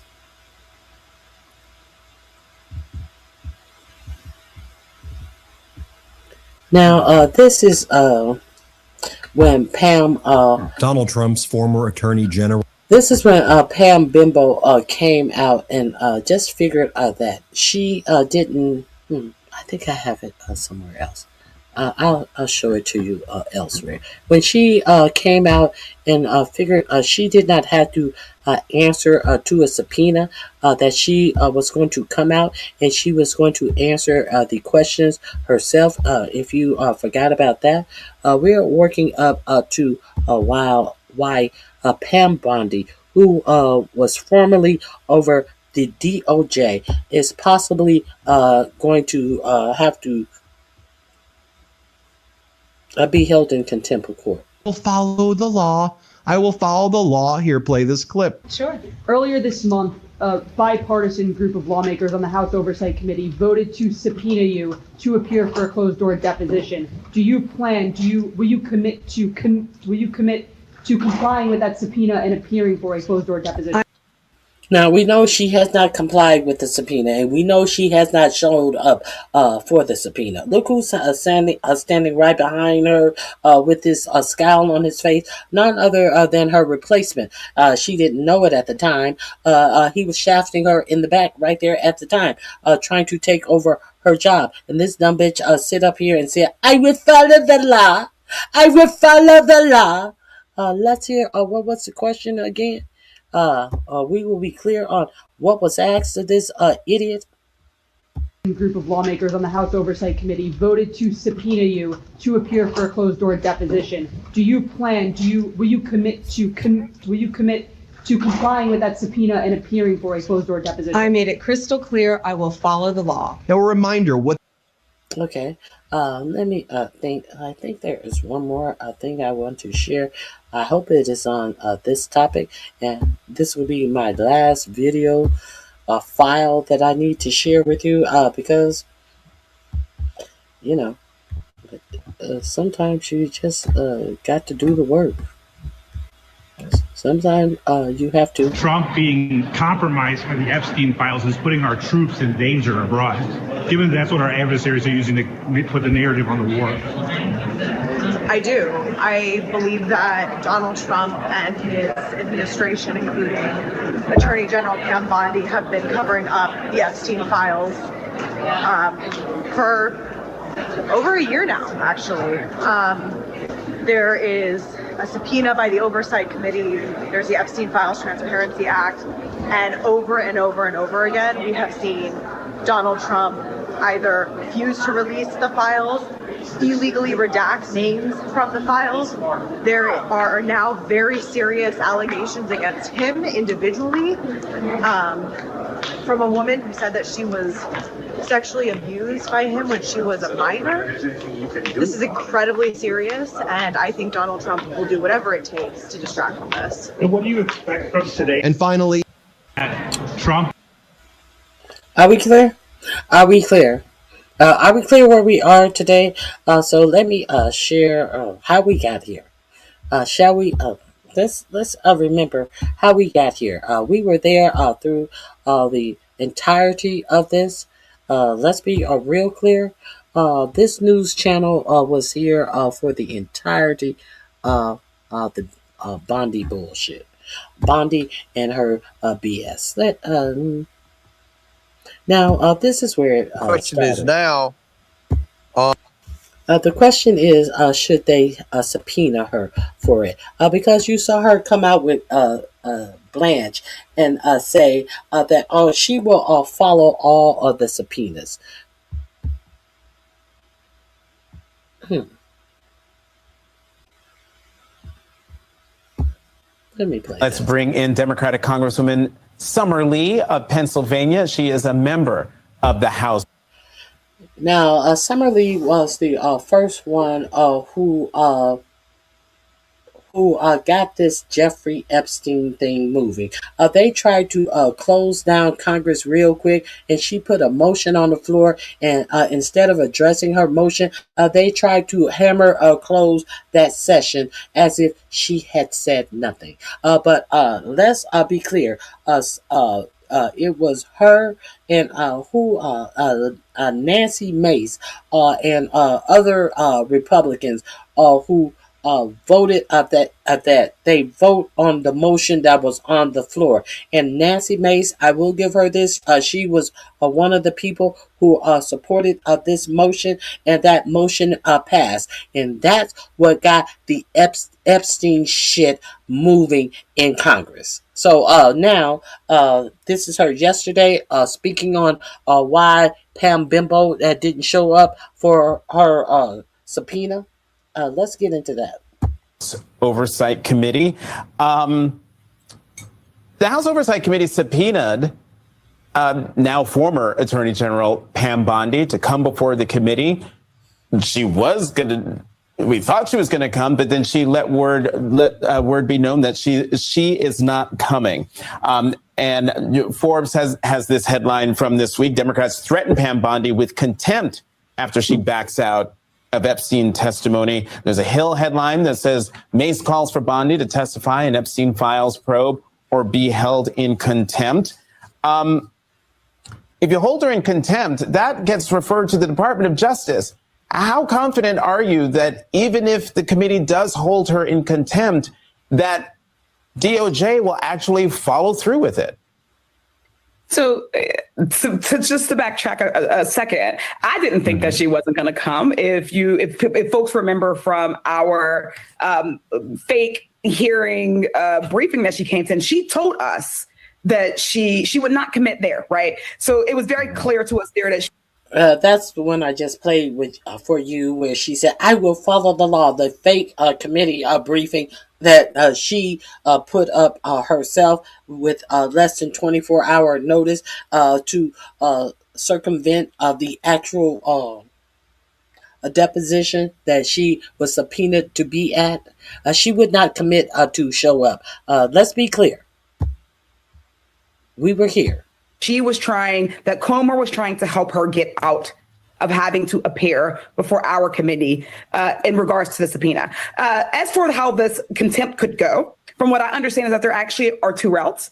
There is civil contempt and there's criminal contempt. Mm-hmm. Criminal contempt goes directly to the DOJ, which of course she used to be the head of. Civil contempt, which of course Todd Blanche is the head of. So do you think that he will bring a case against Bondi? No, he won't. But there are two avenues of contempt that they have to go on. So let's see the second one and see what the prospects are on the second. Contempt is actually a different route. So I think that what would happen now is our committee would look at what the best options are here. What are the options that might get us closer to some justice, recognizing that the way that Trump's Department of Justice has conducted itself so far does not leave confidence for us to think that they'll do this any sort of an honorable investigation on their own people.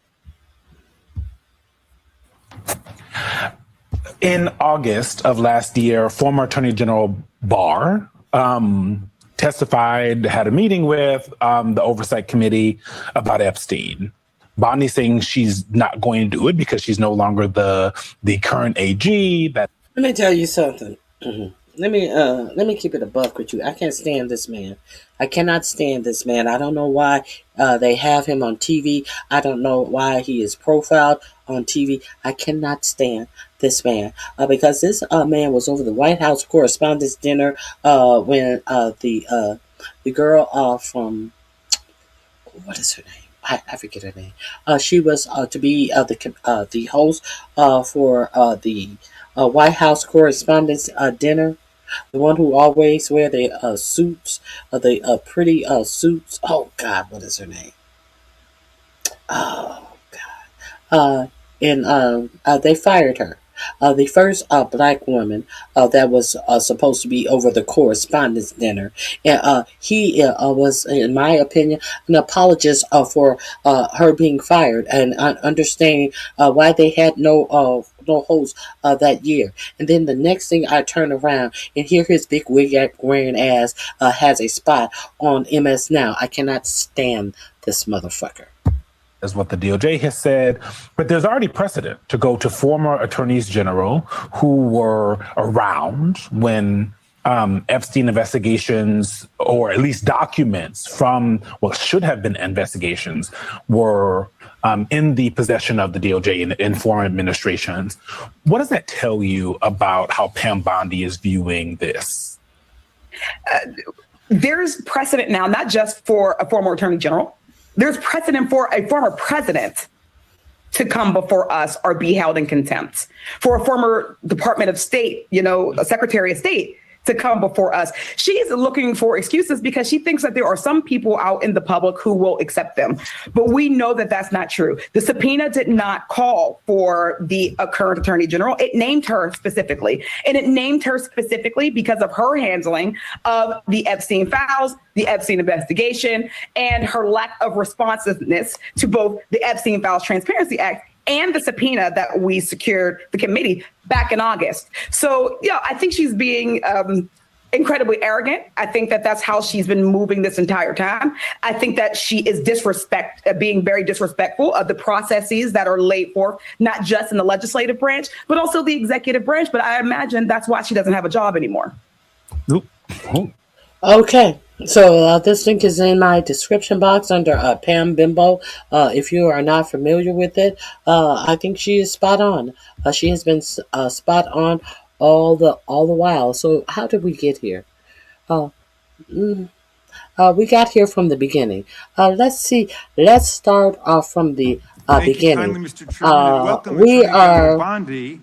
We are going to start from the beginning of this hearing that they had with Pam Bondi, where Jamie Raskin was the co-chair of this committee, and these are his opening statements. We're going to start from the beginning. We are going to start from him explaining to her the rules after seeing her performances throughout prior to this committee having her here. He's going to clearly explain to her the rules. He's not going to be disrespectful. He's just going to tell her clean and concisely what the rules are. We were all there for this. If you don't remember, let's hear the rules. These are the rules. The best lawyer's job in America, because your mission is justice. Thank you kindly, Mr. Chairman, and welcome Attorney General Bondi. You've got the best lawyer's job in America, because your mission is justice and your clients. I apologize. I had to restart that so I can get this link. Thank you kindly, Mr. Chairman, and welcome Attorney General Bondi. This link is going to be in your description box under Pam Bondi. Bondi, you've got the best lawyer's job in America, because your mission is justice and your clients are the American people. But to promote justice for the people, you've got to listen to the victims, like the women seated behind you today. I apologize. Those are just some of the hundreds. I apologize. I don't know why it's showing like that. Thank you kindly, Mr. Chairman, and welcome Attorney General Bondi. You've got the best lawyer's job in America, because your mission is justice and your clients are the American people. But to promote justice for the people, you've got to listen to the victims, like the women seated behind you today. Those are just some of the hundreds of survivors of Jeffrey Epstein's global sex trafficking ring who are demanding that the truth be told and are demanding accountability for the abusers who trafficked and raped them. You still haven't met with these survivors. So with their permission, let me introduce to you the survivors and late survivors' family members who are present today. There's Teresa Helm, there's Jess Michaels, Laura Bloom McGee, Danny Bensky, Liz Stein, Marina Lacerda, Sky and Amanda Roberts, who are the family of the late Virginia Giuffre, Charlene Richard, and Lisa Phillips. Now, you're not showing a lot of interest in the victims, Madam Attorney General, whether it's Epstein's human trafficking ring or the homicidal governmental violence against citizens in Minneapolis. As Attorney General, you're siding with the perpetrators and you're ignoring the victims. That will be your legacy unless you act quickly to change course. You're running a massive Epstein cover-up right out of the Department of Justice. You've been ordered by subpoena and by Congress to turn over 6 million documents, photographs, and videos in the Epstein files, but you've turned over only 3 million. You say you're not turning over the other 3 million because they're somehow duplicative, but we know that there are actual memos of victim statements in there. And you also took down the Department of Justice's prosecution memo from 2019. So it's clearly not all duplicative, but even if it were, why not release it? Just release all the duplicative stuff. In the half you did produce, you redacted the names of abusers, enablers, accomplices, and co-conspirators, apparently to spare them embarrassment and disgrace, which is the exact opposite of what the law ordered you to do. Even worse, you shockingly failed to redact many of the victims' names, which is what you were ordered to do by Congress. Some of the victims had come forward publicly, but many had not. Many had kept their torment private, even from family and friends, but you published their names, their identities, their images on thousands of pages for the world to see. So you ignored the law, and even with over 100,000 employees at your disposal, you acted with some mixture of staggering incompetence, cold indifference, and jaded cruelty towards more than 1,000 victims raped, abused, and trafficked. This performance screams cover-up. Convicted sex trafficker and groomer Ghislaine Maxwell opened the gates of hell to Virginia Giuffre and hundreds of other victims, as Virginia recorded in her remarkable book, Nobody's Girl. But when Maxwell was subpoenaed to come testify before Congress, you and Todd Blanche quickly moved her from a higher security prison to a minimum security camp in Texas, where she's enjoyed 5-star treatment, including catered meals, private gym time, and access to a therapy puppy. All because Todd Blanche, who's utterly failed to investigate the monstrous crimes of Epstein and Maxwell's co-conspirators, spent 9 hours with Maxwell and satisfied himself that she would have nothing untoward to say about Donald Trump, which is your only real interest in the matter, based on institutional performance.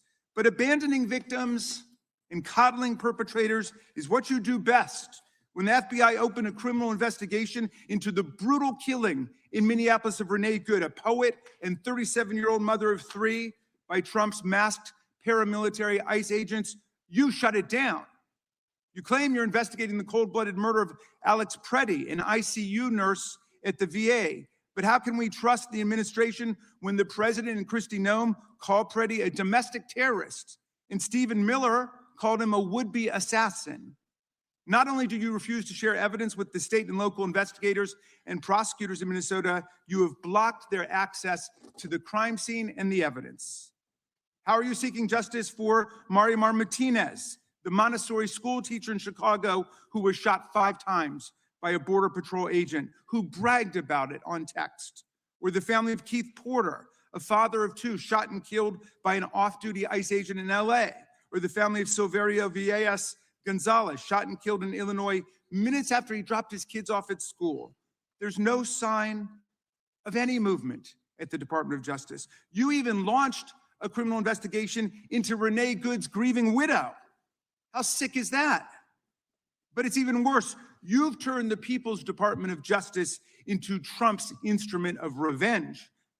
Trump orders up prosecutions like pizza, and you deliver every time. He tells you to go after James Comey, Letitia James, Lisa Cook, and Jerome Powell, the head of the Federal Reserve Board, and members of Congress like Adam Schiff, Mark Kelly, Alyssa Slotkin, Chrissy Houlihan, Jason Crow, Chris DeLuzio, and Maggie Goodlander, to name a few, and you snap to it. You replace real prosecutors with counterfeit stooges who robotically do the president's bidding. Nothing in American history comes close to this complete corruption of the justice function and contamination of federal law enforcement. And the good news is many serious lawyers at DOJ, including some of your own original appointees, have refused your lawless orders.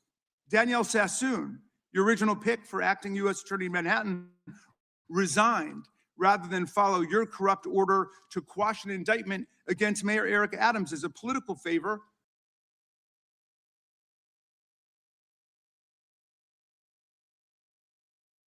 From Donald Trump, a Federalist Society member who clerked for Justice Scalia, U.S. Attorney Sassoon refused to participate in this blatantly corrupt scheme. Her top assistant, Hagan Scotton, an Iraqi war vet and 2-time Bronze Star recipient who clerked for Chief Justice Roberts and then Judge Kavanaugh, promptly resigned too, writing to your office, quote, "I expect you will eventually find someone who is enough of a fool or enough of a coward to file your motion, but it was never going to be me." You and the president nominated Eric Siebert, a 15-year career prosecutor, to be your U.S. attorney for the Eastern District of Virginia. But after 5 months of investigating Letitia James and James Comey, he found no evidence to justify criminal charges. So you forced him out.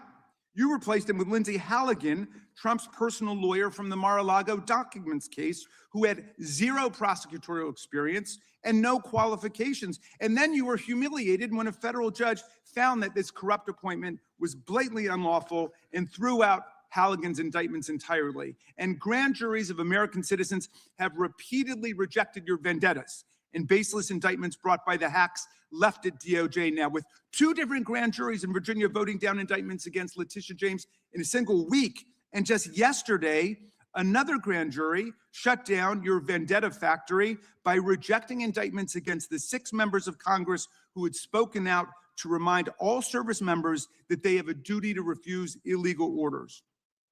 You tried to get a grand jury to indict 6 members of Congress who were veterans of our armed forces on charges of seditious conspiracy simply for exercising their First Amendment rights. I hope you will heed the wisdom and the constitutional patriotism of those grand jurors and not try it again by doubling down on that humiliation. As your best lawyers are sacked for having participated in the January 6th case or just flee for the exits now, your new lawyers keep lying in court. In dozens of cases, they've been excoriated for lying to federal judges. Chief Judge Boasberg, right here in DC, suggested your Department of Justice perpetrated a fraud on the court.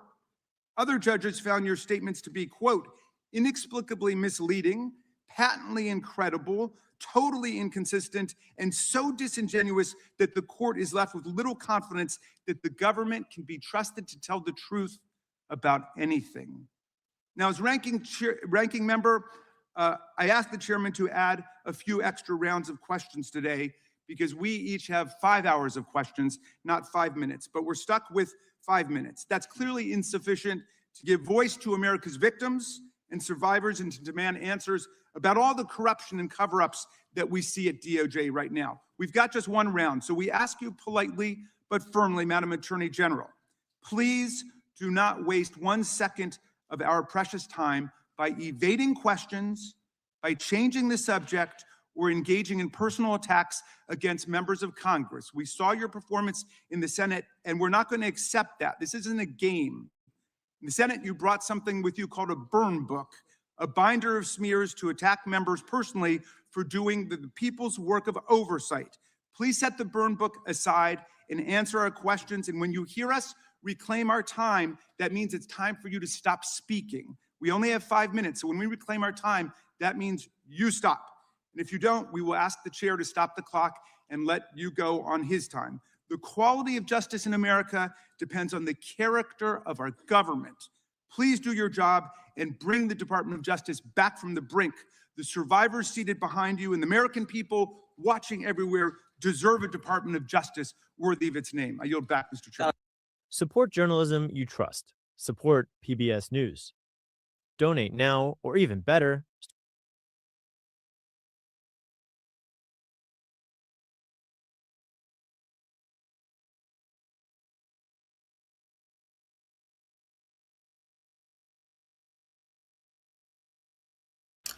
Let me tell you something, Lion Adoskis. Do not spam my chat. There's no, we saw what you wrote of the first time. I understand that there are male attention whores as well.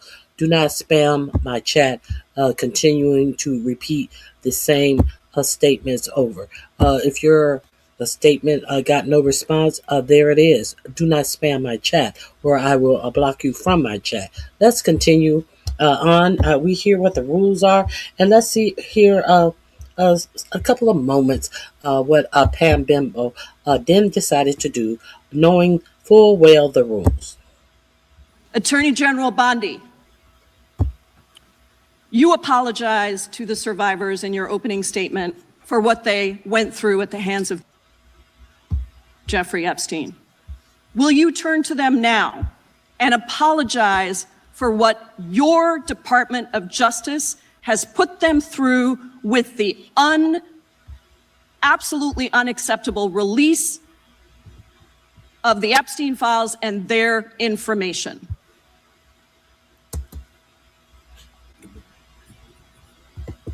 Congresswoman, you sat before Merrick Garland sat in this chair twice. Attorney General Bondi, No, can I finish my answer? No, I'm going to reclaim my time because I asked you a specific question that I would like you to answer, which is, will you turn to the survivors? This is not about anybody that came before you. It is about you taking responsibility for your Department of Justice and the harm that it has done to the survivors who are standing right behind you and are waiting for you to turn to them and apologize for what your Department of Justice has done. Members get to ask the questions. The witness gets to answer in the way they want to answer. The Attorney General can That's respond. not accurate, Mr. Chairman. Because she doesn't like the answer. So Mr. Chairman, Why I have asked didn't a she ask question. Merrick Garland this? I am Twice reclaiming when he my sat in my time, and chair. when I will reclaim my continue to time, answer. it is Mr. Chairman, the gentlelady has I'm reclaimed her not going time. to get in the gutter for her theatrics. How many of Epstein's co-conspirators have you indicted? How many perpetrators are you even investigating?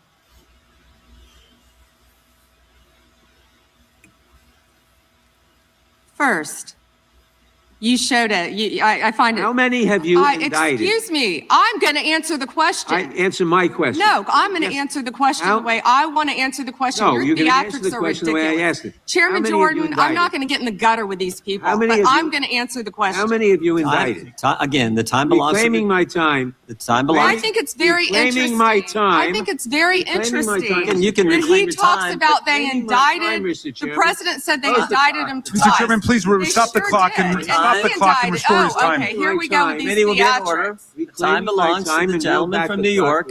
We will give you a few more seconds. We will do that. But when you ask.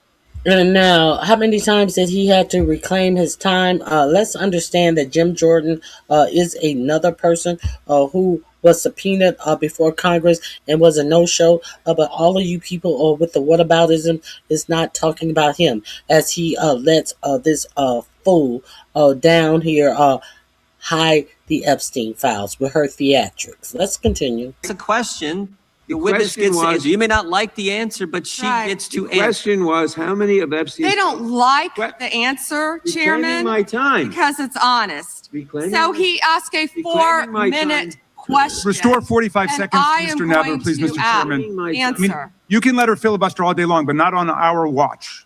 Not on our time. No way. And I told you about that, Attorney General, before you started. You don't tell me. Yeah, I anything, did tell you because we washed saw up what you did in the loser Senate. Lawyer, not even a lawyer. Committee will be in order. Time, and I should get back at least 45 seconds. We will give you a few more seconds. I Not said a that few, I should already. get 45 seconds. Okay, I'm timing right now, Mr. Nadler. Go. Reclaiming my time. The answer to my question, how many of Epstein's co-conspirators has she indicted, is 0. You are acutely aware of how important it is to protect the identity of victims of sexual assault, correct? I have addressed this multiple times. I think others were cutting me off when I was trying Well, to. I just simply asked, are you aware of the fact that it's vitally important to protect the identity of sexual assault victims as you prosecute the people they accuse of assaulting them? Isn't that correct? Excuse me. As we have said multiple times, Protection of the identity of all victims of the victims are is so protected. very You are important. protected under. Do you want me to answer or do you want to interrupt? Well, because you're not answering the question. You do a Jekyll and Hyde kind of routine around here. And I just want you to answer my questions.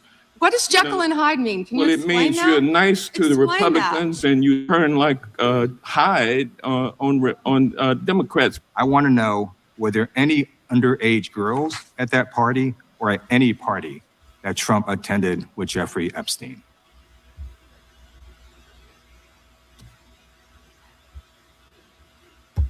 This is so ridiculous, and that they are trying to deflect from all the great things Donald Trump has done. There is no evidence that Donald Trump has committed a crime. Everyone knows that. This has been the most transparent presidency. He's the one that asked that those files I'm reclaiming my time. be I got your released. answer. You said there's no President evidence. Trump asked Mr. Chairman, that please those stop the files clock. be My time. Stop signed, the clock. legislation.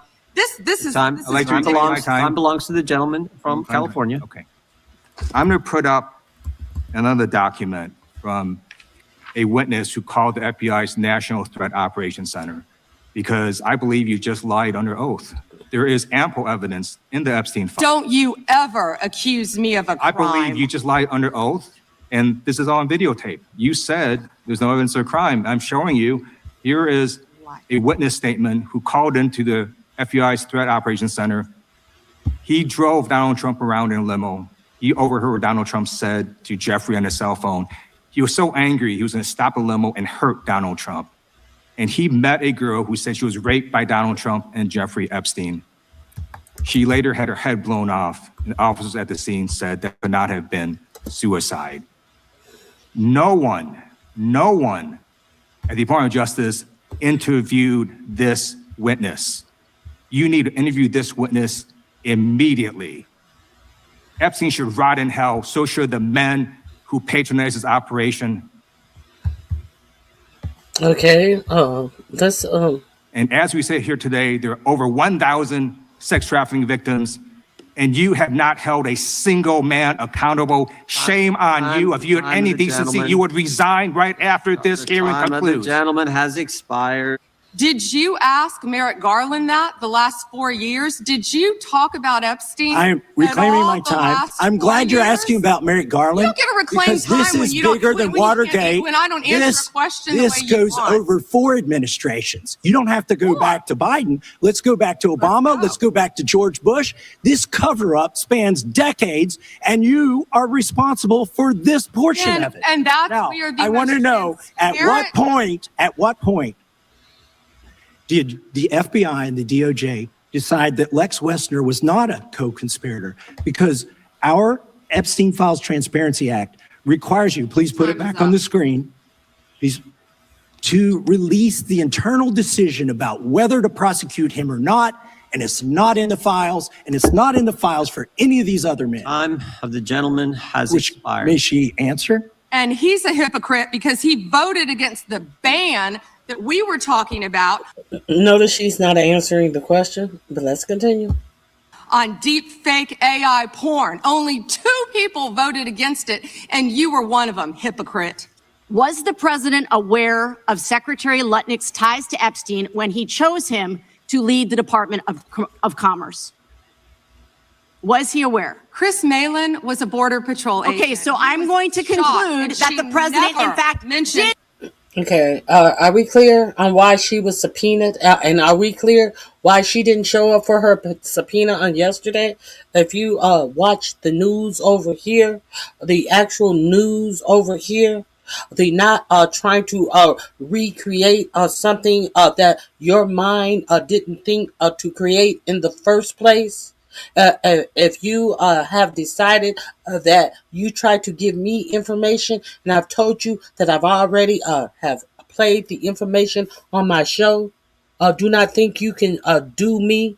Do not think you can do better than me. Do not think that you telling stories that have been told months prior by me, that you can compete with me. Let's continue. Know about his ties because he was the next door neighbor. Shame on you. Oh, for goodness sakes. You're this from is a tiny, pathetic. This beautiful is state. pathetic, The Mr. committee will Chair. be in order. I am not asking trick questions here. You The got your American 5 people have a right to know the answers to this. These are senior officials in the Trump administration. This is not a game, Secretary. I'm Attorney General. My apologies, I couldn't tell. By 2008, we knew that Epstein was a convicted sexual abuser. And we now know that Lutnick went to Epstein's Island in 2012. How was that not a deal breaker for the president? And why aren't you asking questions of the Commerce Secretary about what he saw when he was at the island, which he lied about not ever going to? Why are you not asking these questions? And I see that my time is almost expired, so I would say this. Do the right thing, Attorney General. Meet with the survivors. They have been asking for a year. Meet with the survivors. Do the right thing. I yield back. Gentlelady yields back. The gentleman from South Carolina is recognized for 5 minutes. May I have 20 seconds of his time? So that'd be up to the gentleman, but. Absolutely, Madam Thank President. you. Thank you. I was curious if you, Congresswoman, asked Bill Clinton that. Didn't see one tweet, not one. I didn't see one tweet when Joe Biden was in office about Bill Clinton. Didn't ask Merrick Garland anything about Epstein, not once when he was. Weak sauce. And also, I want the record to reflect that, with this anti-Semitic culture right now, she voted against a resolution condemning. Oh, is Jewish. I just want to be clear. Do you want to go there, Attorney General? Or do you want to go there? Are you serious? Talking about anti-Semitism to a woman who lost her grandfather in the Holocaust? My time. Really? This is not under attorney-client privilege because it was sent from Jeffrey Epstein to Ghislaine Maxwell, Will you commit to publicly providing the unredacted version of this so that the American people can understand the extent of Donald Trump's lies about his relationship with Jeffrey Epstein? You're about as good of a lawyer today as you were when you tried to impeach President Trump in 2016. Have you apologized for that in 2019? So will you unredact this?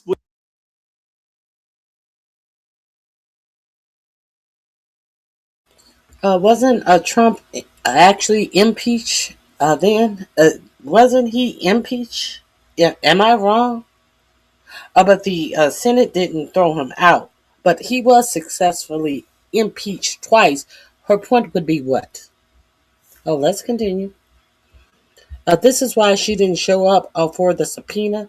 That anything that she said could be submitted as a crime. Why do you wonder why she didn't show up to testify under oath again?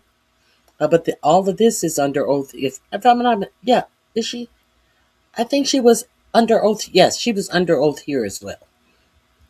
Okay, let's continue. Will you were unredact lead this? counsel on that. Privileged. I'm asking you, will you unredact this? Privileged. Privileged, of course. I look forward to discussing this more. Now, these are obviously improper redactions. And let me stop for a minute. I'm talking. No. I'm if they're talking. not privileged, quiet. Don't yell at me. If they're not, Mr. Chairman, would you stop the clock? This is on your time. It's not on Mr. Goldman. They're not Even though privileged. you used your improper redactions, you'll like my answer. to If we continue review them to and they're not protect privileged, Donald Time belongs to the we will member. be happy to release them. We'll after stop the review. clock. We'll stop the clock. Time belongs to the member. Go ahead. even though you used improper redactions to protect Donald Trump and other predators associated with Jeffrey Epstein, you did the exact opposite thing with the survivors and victims of this scheme.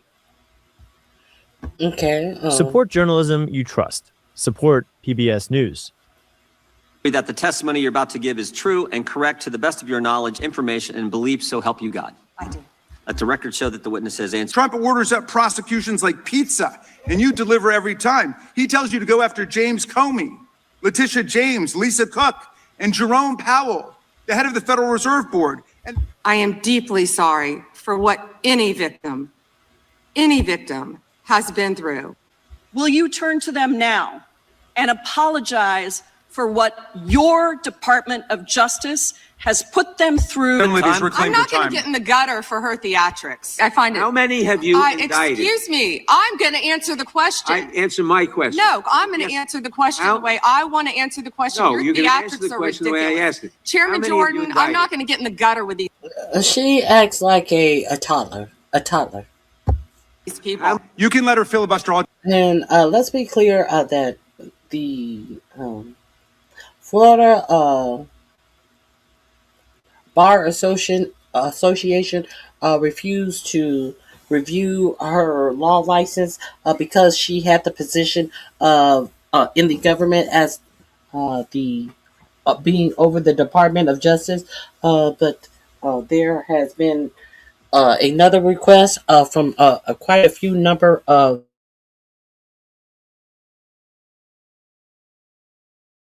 more attorneys who together a request that they now review her law license. It is pending if they will review. We're waiting to see if they are going to review her law license. Take it or let her remain to have her law license. Day long, but not on our watch. Not on our time. No way. And I told you about that, Attorney General, before you started. You don't tell me. Yeah, I did tell you because we saw what you did in the Senate. You're a lawyer, not even a lawyer. Committee will be in order. I have several questions for you. Who's responsible? Are you able to track who in your organization made this massive failure and released the victims' names? We corrected that within 40 minutes. He was already, you're acting like everybody's trying to cover up Wexner's name. Reclaiming my time. I'm going to answer this question. Reclaiming my time. He was, Mr. Chairman. This isn't how this works. Was the president aware of Secretary Lutnick's ties to Epstein when he chose him to lead the Department of Commerce? Was he aware? Chris Malin was a Border Patrol agent. Okay, so I'm going to conclude that the president, in fact, did know about his ties because he was the next door neighbor. Shame on you. Oh, for goodness sakes. You're This from is a tiny, pathetic. beautiful This is state. pathetic, Mr. Committee will Chair. be in order. I am not asking trick questions here. The You got your American 5 people have a right to know the answers to this. These are senior officials in the Trump administration. Senator Bernie Sanders is in. Let's go on to what had to be said. Let me make sure. Let's go on to what had to be said about your president now depicting himself as Jesus Christ. Let's see what Bernie Sanders has to say. Didn't she get fired? Why are we still listening to this brainwashed little girl that still thinks it's great? Okay. I don't know about anything about her daddy. I have nothing. I never even heard any peep of that happening. But I do know that the one of the things that they were touting during the election cycle was that Trump was daddy. That's the as much as I know about the daddy situation. But I will say we're still talking about it because she had a subpoena to show up and answer questions. And the whole point of this was she did not show up for the subpoena on yesterday. They have made many excuses saying that she is no longer the DOJ. So as the subpoena was for the DOJ and not her. But they let you know the subpoena was for Pamela Jo Bondi. Pamela Jo, as some news reporter calls her, the subpoena was for her. Okay, now I'm just seeing what else you guys are talking about. Let me see. Let me see.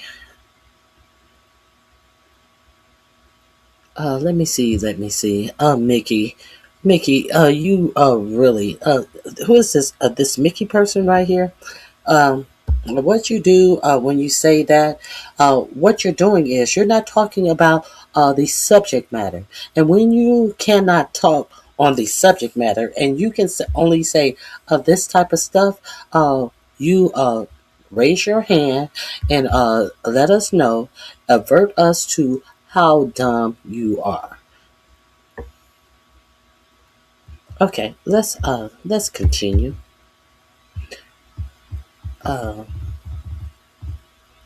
Now, Julian needs a blood. Who is Julian? Chill the ego out. What ego did I have unchilled? I just give facts over here. I give facts that if you cannot stand the actual facts, did I lie? What was that, Ronnie? Chill that ego. I don't have an ego. I just have facts. That's all I have. Okay?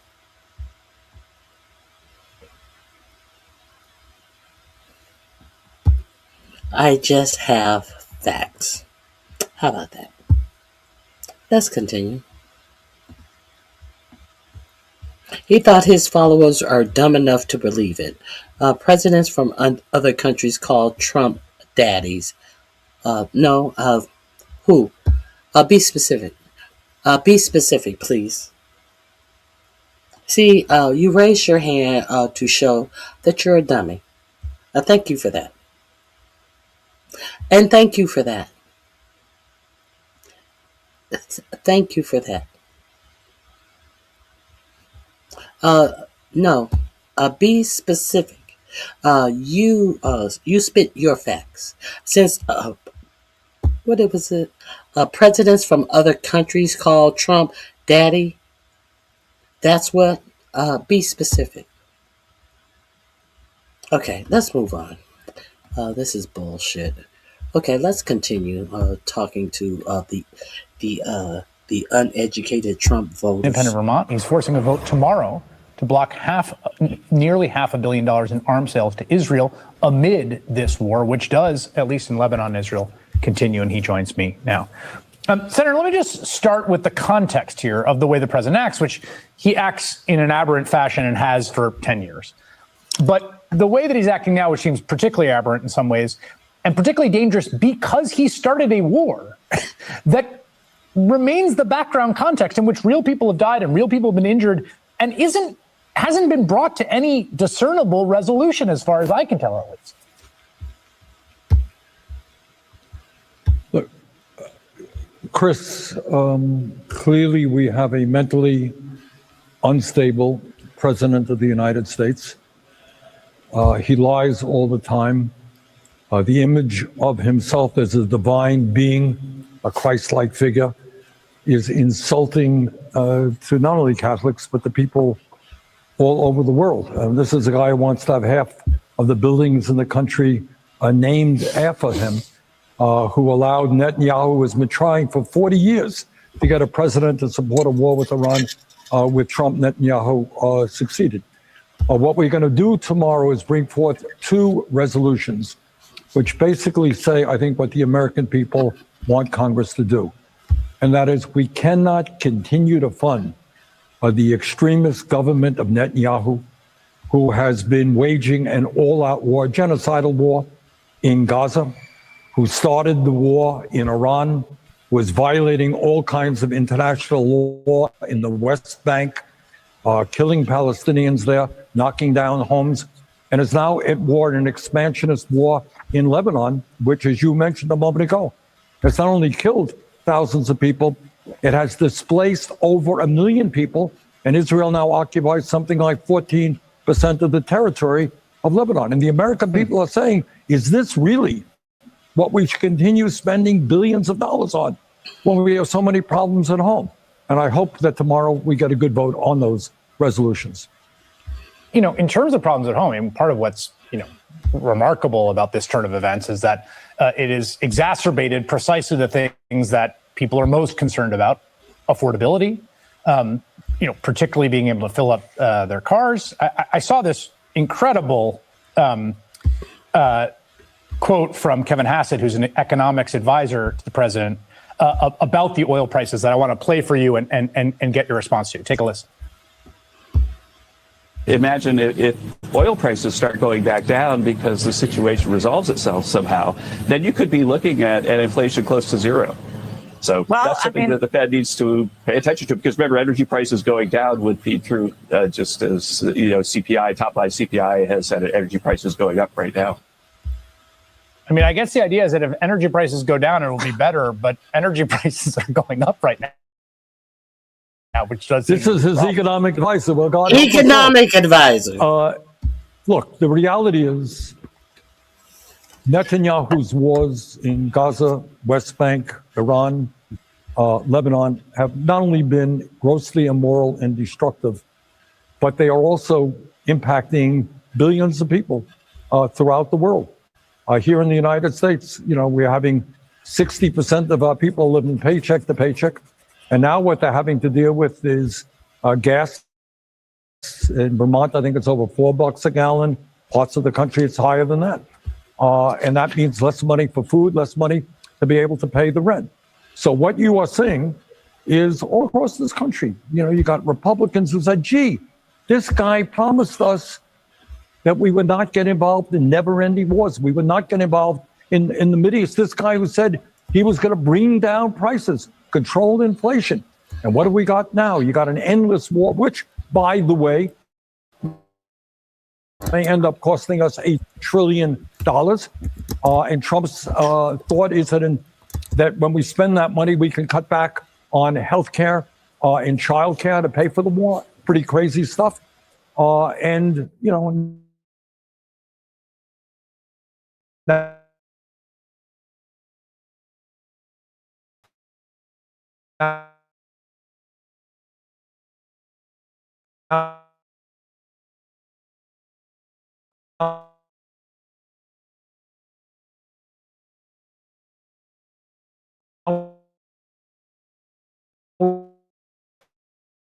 we